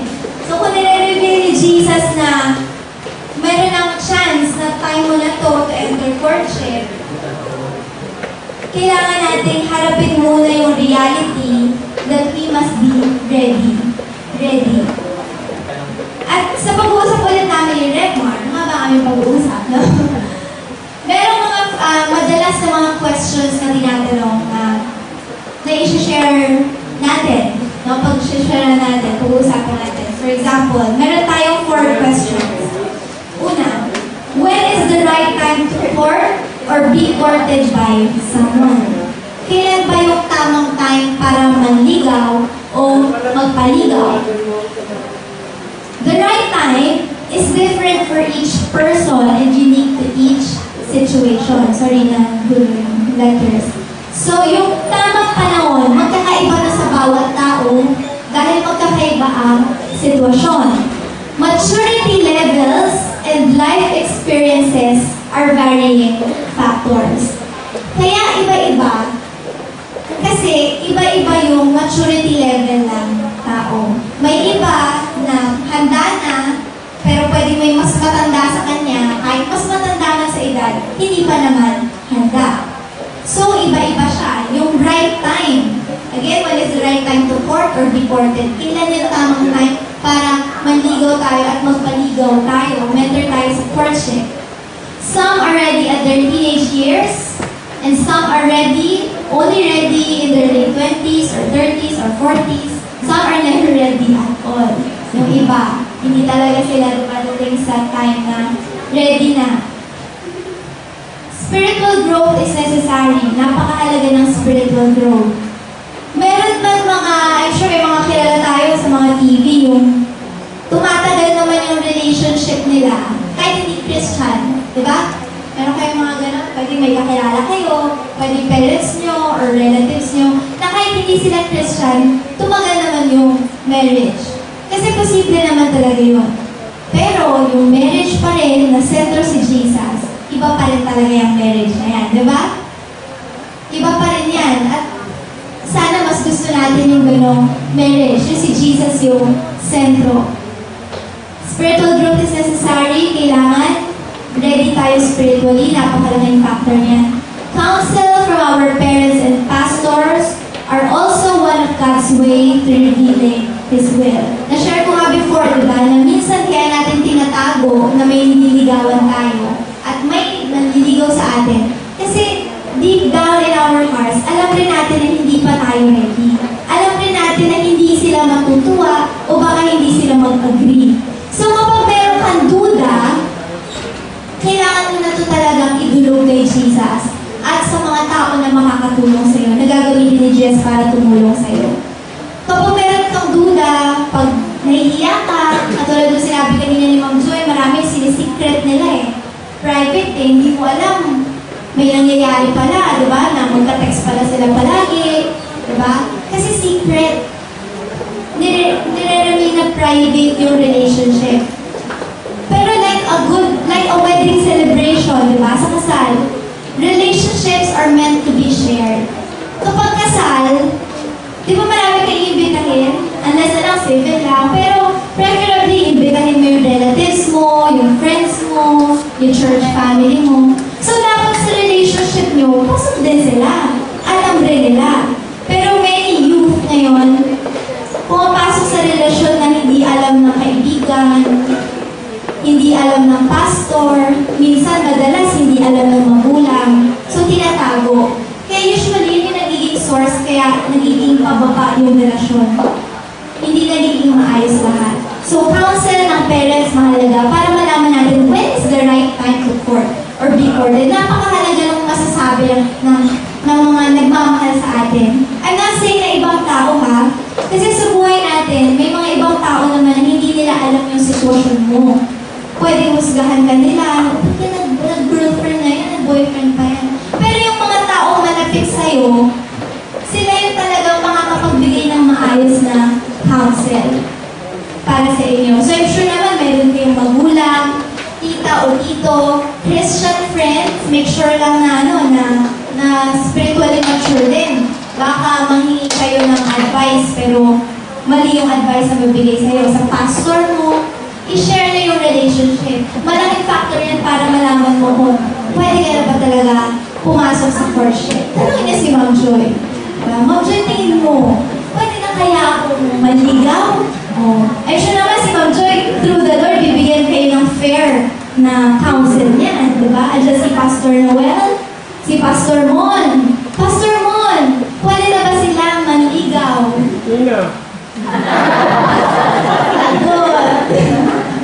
So marami. Not only pastors, ano na mga kuya o ate nyo. Si Kuya Ricky, pwede na ba? So, iba-iba. Kasi nga, ang kay Brother Ricky, sino nga? Yung iba maaaring ready, yung iba maaaring hindi. So, ang laking factor, pag-aaralan natin yan mamaya, yung counsel. Para ma-determine mo kung pwede ka naman ligaw o hindi. Siguro iba naisip na, ito naman si Ate Lorraine, hindi pa talaga ako pwede kasi hindi ko kaya na maghingi ng counsel at sabihin hindi pa ako pwede. So be willing to submit to the Lord Jesus. Hindi ko words to sinasabi ko. Lahat to through the Lord Jesus Christ. So again, makakapag-determine, malaking tulong, spiritual maturity, yung counsel ng mga parents nyo, and of course, speaking or praying to the Lord Jesus about this matter and asking Him to clearly reveal His will is the very important thing that we must do. So yun yung pinakamahalaga pa rin. Kausapin mo si Jesus. Ako dumating ako sa time na nagdududa ako kay Jesus. Hindi dahil nagdududa ako na hindi siya totoo. Pero kasi parang hindi ko malaman yung kalooban niya. Kaya hindi siya sumasagot. Diba? Kayo ba? Minsan. Ako dumating sa tayo madalas. Parang hindi sumasagot si Jesus. Sa paano ko ba malalaman? Ano ba? Pero, ang pinangako ni Jesus sa atin many times through His Word. Meron yung sinabi kanina ni Brother Ray na Psalm 37:4, di ba? If you delight yourselves, you will give it to the stars of your heart. And many times, You ask, seek, and you knock, diba? The door will be open. Kapag from your heart, talagang kinausap mo si Jesus wholeheartedly, completely, na-submissive ka sa will niya. Kapag talagang gusto mo malaman, imposible hindi ka sagutin ni Jesus. Alam mo, dumating lang pala ako sa time na yun na tinetest lang ni Lord Jesus yung faith ko at gagawin niya yan sa ating lahat. Pwede hindi siya sumagot agad. Pwede paghintayin ka niya ng medyo matagal or sobrang tagal. Pero tinetest na yung ating faith. Kasi di ba, ang mahalaga pa rin yung relasyon natin sa Kanya, di ba? So, ina-exercise pa rin yung relationship natin with the Lord. Pero yun, matitempt tayo na magduda kay Jesus kasi ang tagal niyang sumagot o parang maiinip, matitempt tayo na mainip. Pero, Philippians 4:6-7, kapag talagang hiningi natin yung kalooban ni Jesus, kapag kinausap natin siya, sasagot at sasagutin tayo ng Panginoon in different ways. Hindi man direkta dahil hindi natin siyang direktang naririnig, pero pwede through other people, no, sa sarili mo, makakabasa ka ng verse, i-reveal ni Jesus, imposible hindi. Diba? Walang mahirap sa Panginoong Jesus. So sa question na yan, when is the right time to court or be courted by someone, iba-iba. Yan yung sagot doon. Iba-iba yung time. Hindi mo pwedeng sabihin na kapag graduate, pwede na, hindi. Kapag may trabaho, pwede na, hindi. Kapag may malaki ng ipon, pwede na, hindi. Ang determining factor pa rin nun, unang kalooban ni Jesus. At syempre, nakabase yung will ni Jesus sa spiritual growth mo. Kung hindi ka naman mature spiritually, hindi ka nababasa ng Bible, hindi ka nag-aaral ng salita niya, maaaring hindi pa talaga perfect tayo. And again, the people around you, the people who love you, and the people who know you, may mga tao na nakakakilala sa inyo. Hindi niya pwedeng sabihin na yung professor mo po, sabi pwede na eh. Hindi ka naman niya kilala.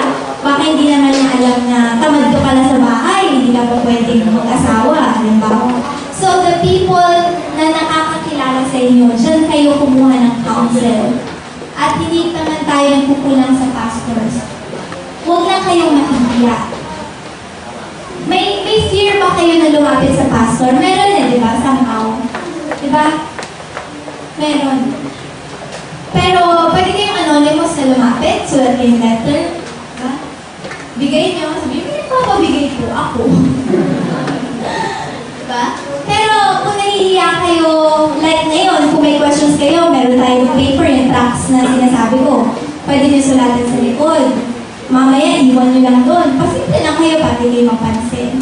Diba? Iwan nyo doon. Tapos, andyan si Pastor Noel, si Ma'am Joy, si Pastor Mon will help us to answer. Mamaya, if they have additional insights or lesson, share nila sa atin. So, yan. When is the right time to court or be courted? Clyde, ha? Tandaan mo, iba-iba. No? Iba-iba. Kahit na si Kuya Alvin, mas matanda sa'yo, hindi ibig sabihin ready na siya.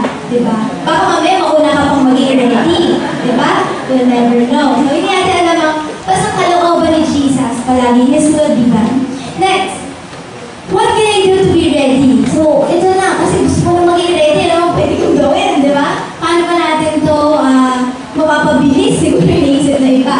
Pero natin pwedeng pabilisin. A person, hindi lang sa love life o sa love or courtship, unang-una ito na kailangan. A person must know what Jesus says through the Bible. Nung naligtas tayo, hindi naman yun natapos dun eh. Nag-attend tayo ng Bible study, nag-attend tayo every Sunday. So patuloy tayo na nag-grow. Ganun din when it comes sa ating courtship. Kailangan natin malaman ano ba yung tinuturo ni Jesus through the Bible about love. Kasi isa yan na pinaka-mahalaga, di ba? Siyempre, love. Commitment. Sexual relations, kung ano ba pananaw niya regarding premarital sex or sex within marriage. The role of a husband and wife, somehow that pinag-aaralan na natin yan. Na ano ba yung mga role. At minsan kahit wala sa Bible, nasa school, yung paghuhugas ng pinggan, paglalaba, girls, usually talaga nasa babae ang duty na yan. No? Ayaw ni Joyce ang magdala. Ayaw. Ulit-ulit na yung damit para konti yung labahin. So, lalaba ka, magluluto ka, pwede naman din yung gawin ng mga lalaki. Pero, yung pagiging, mga household chores talaga. Ewan natin si Pastor Noel, pwede natin interviewin kung paano ba hatian nila ng gawaing bahay. Lalo may anak na sila, pag may anak, pwede pang may helper. Diba? So, kaya hindi kaya. Pwede natin, sa Ate Reyna. Pinag-usapan kasi readiness at malaking factor yung mga gawaing bahay. Di ba? Magaling siya doon. Si Ate Reyna siya. Pero iba-iba yan dahil yung lalaki naman driver. Di ba? Usually yan yung mag-work. So, balance. Give and take. Pero ito na nga, isa yung factor. Hindi ako nag-joke talagang as early as you can. Maganda, matuto ka ng maglaba ng sarili mong damit, di ba? Para rin mabawasan yung laban ng magulang mo. Isa, huwag na kayo magpalaba, baka may nagpapalaundry pa dito. Meron? Si Jovan, nagpapalaundry dito. Kay nanay? Okay, so, yung household chores, lang yan? Isang bag, parte lang yan. Pero isa pa mahalaga talaga, malaman natin through the Bible, ano yung pananaw ni Jesus? Ano yung expectations niya before and after committing to courtship and marriage? Ano ba yung gusto ni Jesus? Ano bang ina-expect niya sa akin ngayon habang wala pa akong asawa? O ano bang ina-expect niya sa akin ngayon na may asawa na ako? So malawak talaga ito na pag-aaral. Malawak. At kailangan natin, hindi na iniwan ni Jesus na bahala na tayo. Hindi. Meron siyang salita that will really guide us. We must be ready, not just physically, emotionally, and financially, but spiritually as well. I believe ito talaga yung pinakamalaking parang basis ng readiness natin Yung spiritual maturity, yung pag-grow natin sa Panginoon.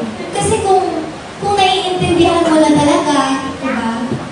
Kung naiintindihan mo na talaga yung buhay ng may courtship or sa marriage man.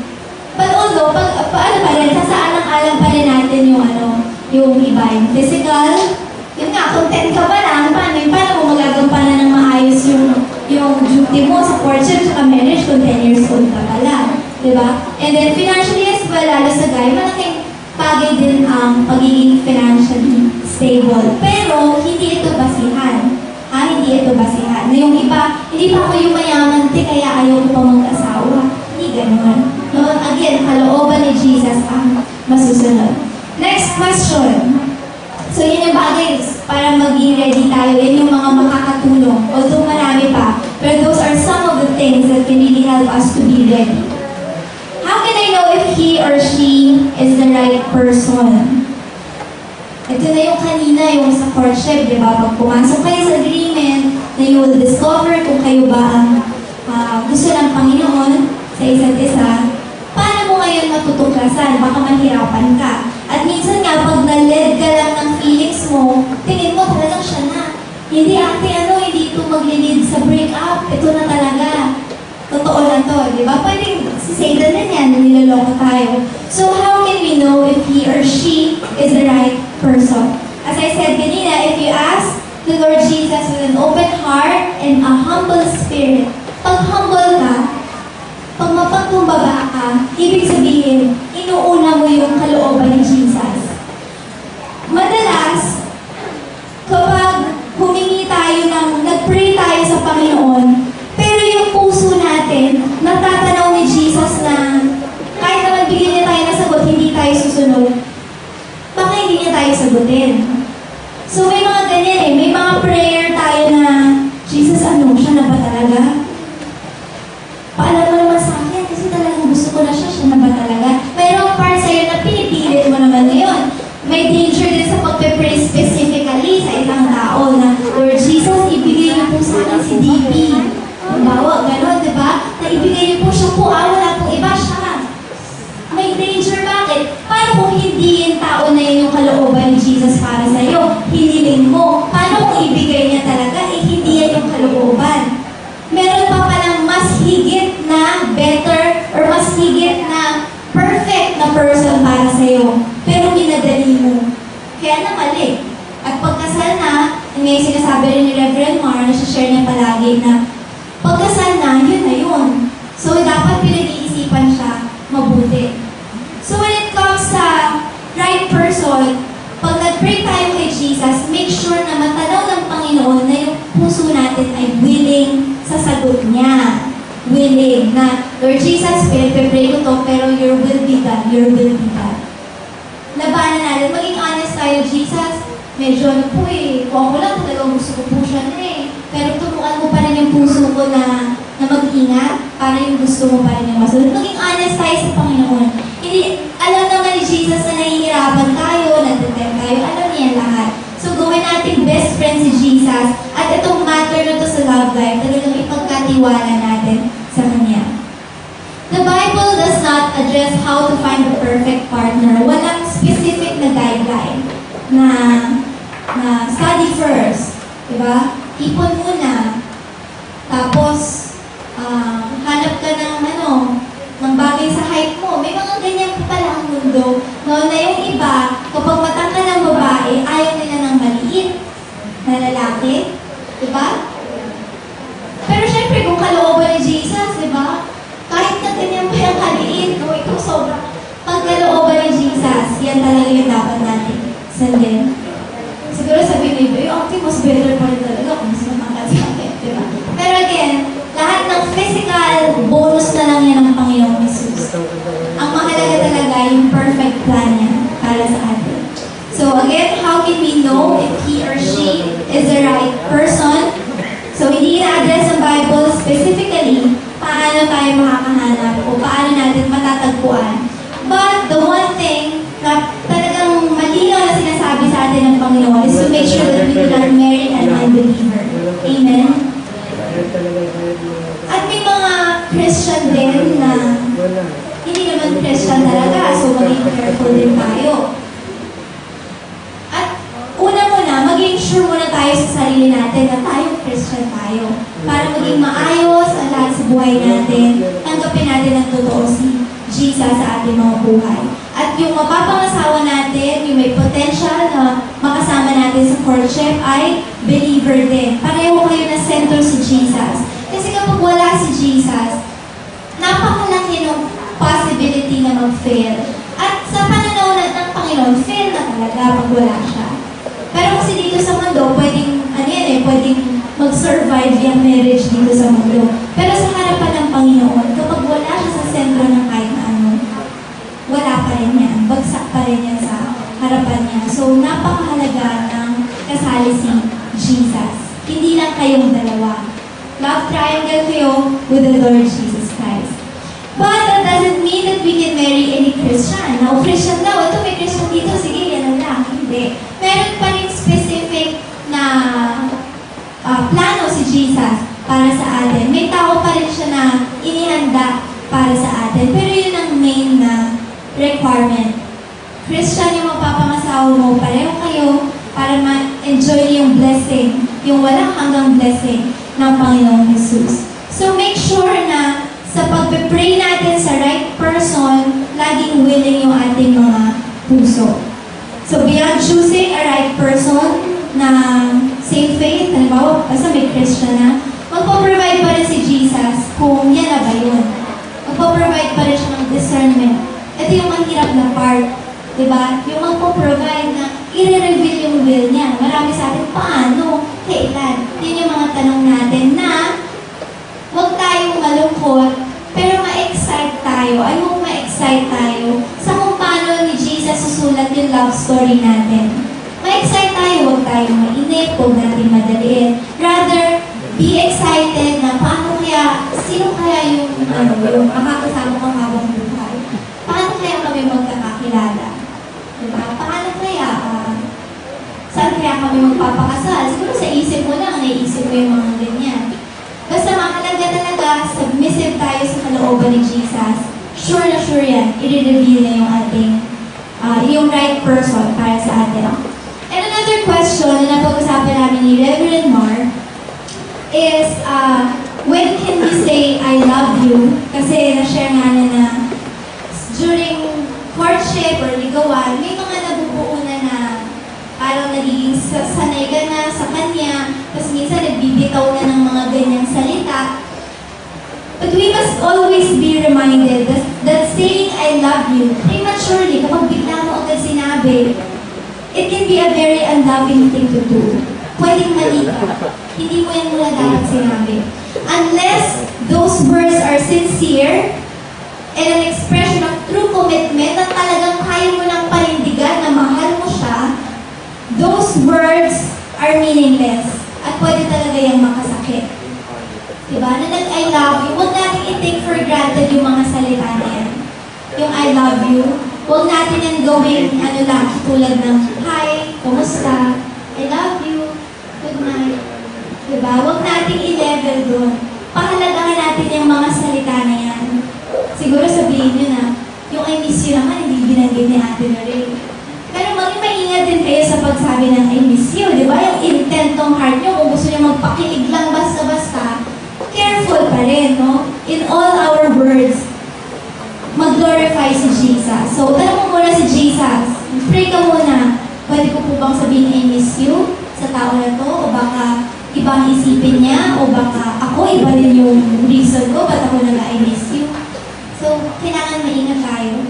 And then, when did we say I love you, kaya natin kailangan yan sabihin na may kasama ng commitment. Kasi, ayaw natin, during courtship, ayaw natin gumawa ng mga bagay na hindi pa dapat.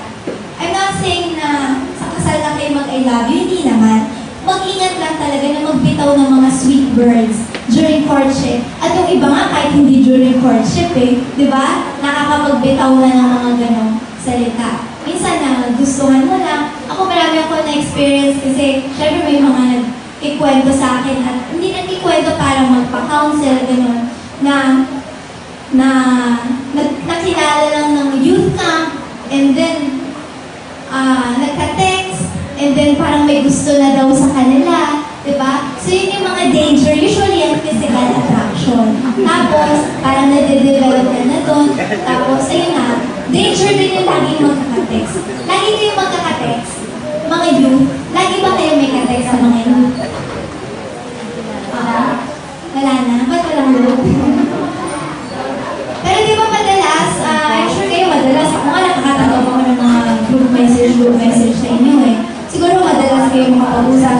Maging maingat lang kayo sa pakikipag-usap sa mga youth. Minsan huwag kayo masyadong magkwento na naglinig sa chismis. Minsan ikwento nyo, kamusta may boyfriend ka na ba? O yan, maglilig na yan sa hindi mga magaganda usapan. At hindi lang yung word na I love you, kundi yung iba pang mga salita na hindi natin dapat sabihin, na dapat lang natin sabihin sa tamang panahon. So let's be very careful. Again, romantic passion, awakened without commitment, can lead to sin and regret. So maraming mga heartaches tayong mararamdaman kapag basta-basta lang tayo nagsabi ng mga ganyang words.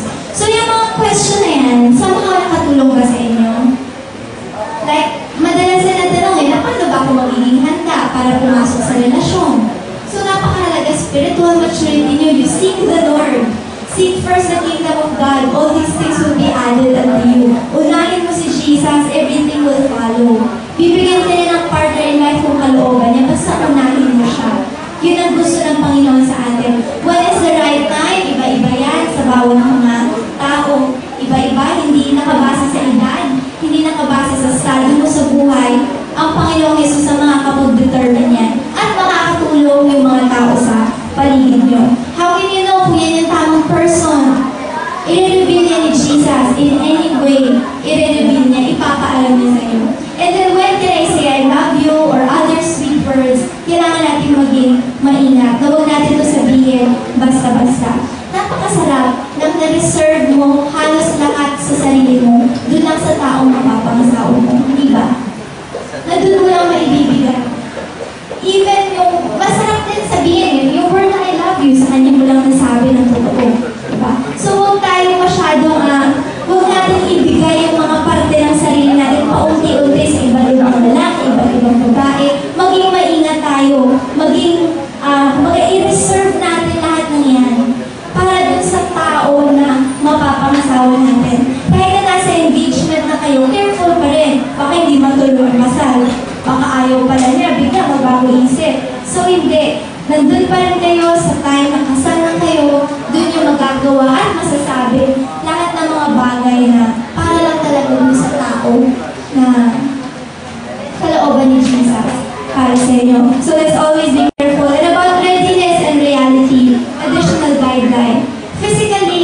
isipin natin, ready na ba tayo? Pwede rin maging basa naman ng age. Like I said, kung 8 years old or 10 years old ka, obviously hindi pa. 12, parang hindi pa rin, di ba? Depende pa rin talaga. Depende yan sa guidance ng magulang mo, sa guidance ng magulang ng tao na yon. So, maging maingat tayo at we can be friends naman eh. Yun lang yung nagiging danger, masyadong nagmamadali yung mga tao. Pero pwede mo namang maging kaibigan. Pag may nagustuhan ka, hindi mo naman siya kailangan na kayo na agad. Hindi. I-enjoy mo yung company niya, maging kaibigan tayo, maging magkakaibigan tayong lahat. Friends ba tayo? Lahat sa atin kahit hindi tayo nakikita madalas or hindi tayo nagkakasama, as unto the Lord, magkakaibigan tayong lahat. So we have each other. Magtutulungan tayo kung paano natin magpapasaya si Jesus through this lessons na pinag-aaralan natin. At i-share natin sa iba pa na mga kakilala natin. So physically, mahalaga yung readiness and reality. Tignan mo, ready na ba ako? Tignan mo yung realidad ng physical body mo, pwede rin. Yung iba, pwedeng hindi pa ready yung katawan nila, pwedeng may sakit ka, or maraming factors iba't iba. And then, mentally or emotionally, paano nga ba yung pananaw mo? Paano yung pananaw mo sa pag-aasawa o sa pakikipagrelasyon? Inuuna mo muna yung school mo, diba? Yung pag-aaral mo muna. Hindi mo ba kayang pagsabayin? Kasi yung iba hindi kaya, nagiging distraction. Although yung iba, kaya nila na kasabay habang nag-aaral. Pero most of the time, nagiging distraction yan sa school. So, isasaalang-alang din natin yun. And then financially as well, hindi lang sa boys, kahit girls, huwag niyo isipin na mag-aasawa rin naman ako eh, siya naman yung bubuhay sa akin. Hindi na ako magtatrabaho. Hindi naman gano'n. So, financially, yung buhay natin, isipin din natin mabuti, paghandaan natin, malaking bagay ito.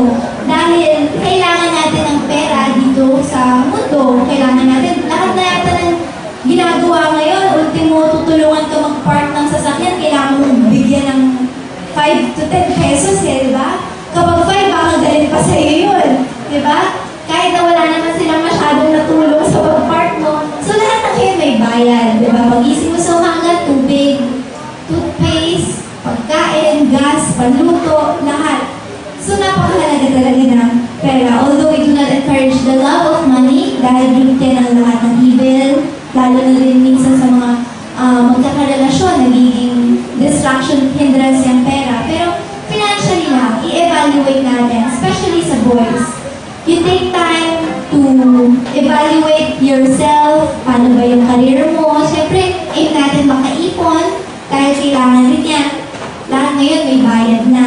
So, yung financial life natin, isinasaalang-alang din natin. Although hindi ito basihan para mag-asawa ka o makipagrelasyon ka, pero nakakatulong ito at kailangan din natin isipin itong bagay nito.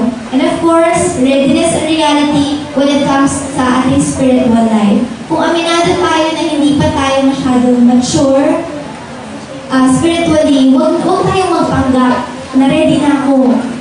Huwag tayong magpanggap. Alam ni Jesus yung puso natin. At sama naman tayo, alam din natin yan eh. So, let's make sure na spiritually patuloy tayo nag-grow.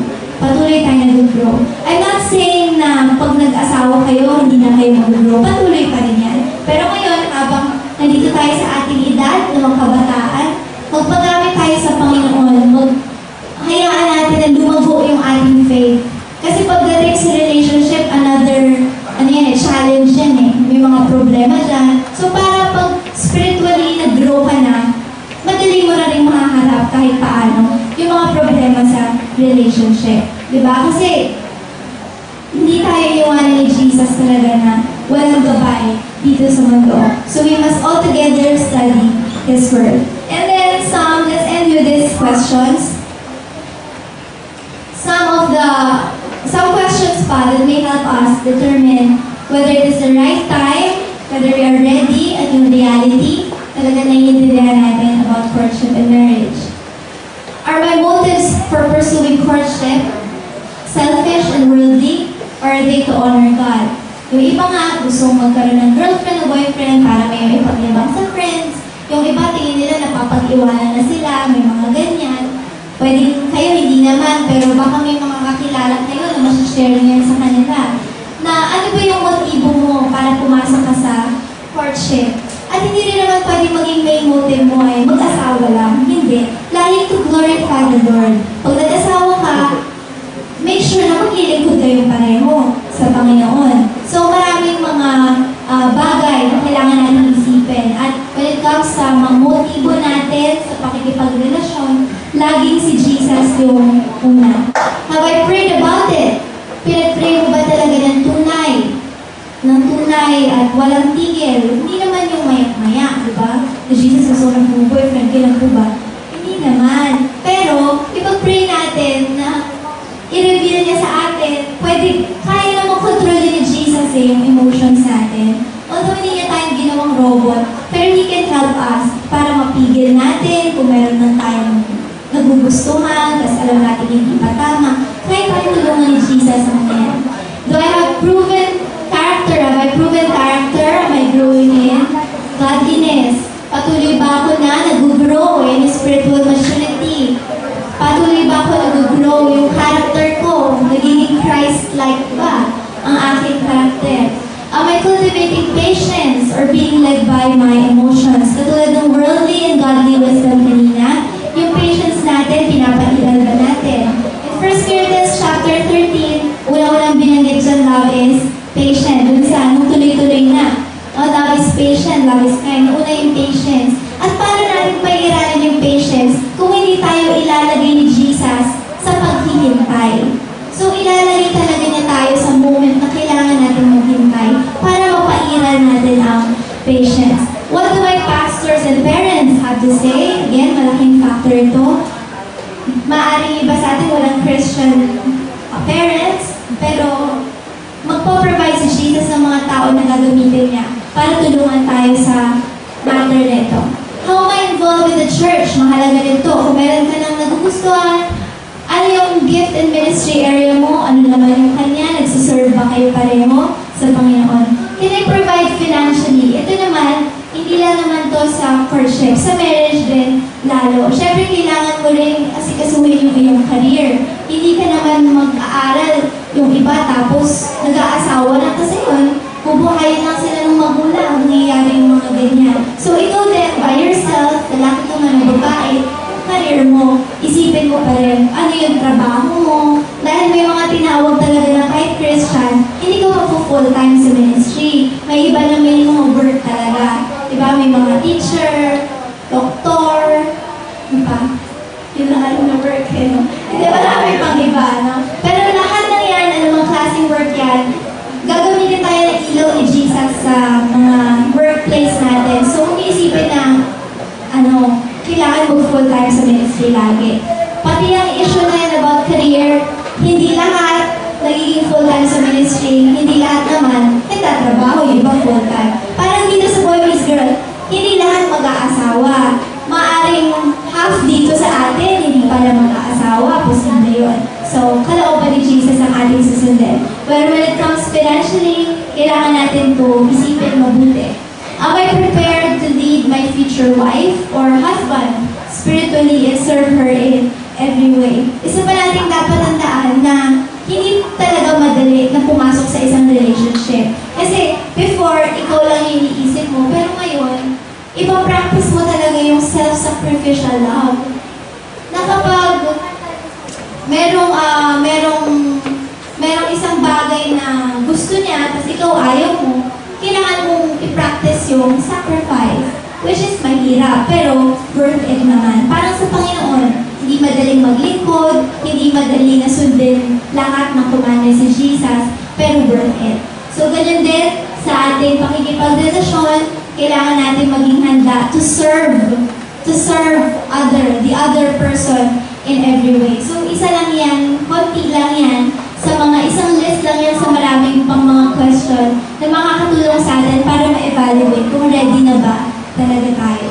So, kung meron man dito sa atin na nakaisip na hindi pa pala ako ready, okay lang yun. Hindi tayo nagmamadali lahat. Dumating man lang tayo na dumating na si Jesus. Baka isipin mo, baka kasi dumating na si Jesus, hindi pa ako makapag-asawa. Kuya Frank, natatawa.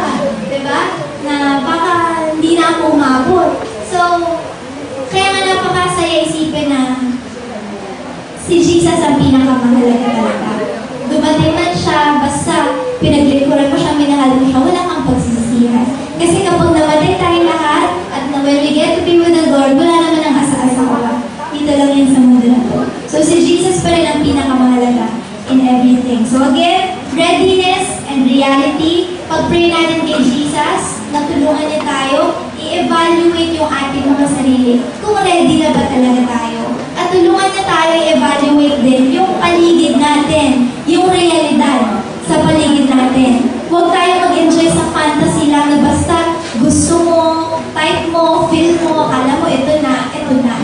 Kailangan lagi si Jesus ang mauuna. Amen? Amen. So let's remember Ecclesiastes 3:11, He makes all things beautiful in His time. Naniniwala po ba tayo? Napakaganda kapag tayo ni Jesus, yung readiness, kapag naging ready tayo sa perfect time ni Jesus, magiging maganda, beautiful ang relationship natin. So actually, itong part 2 natin, meron pa tayong part 3, but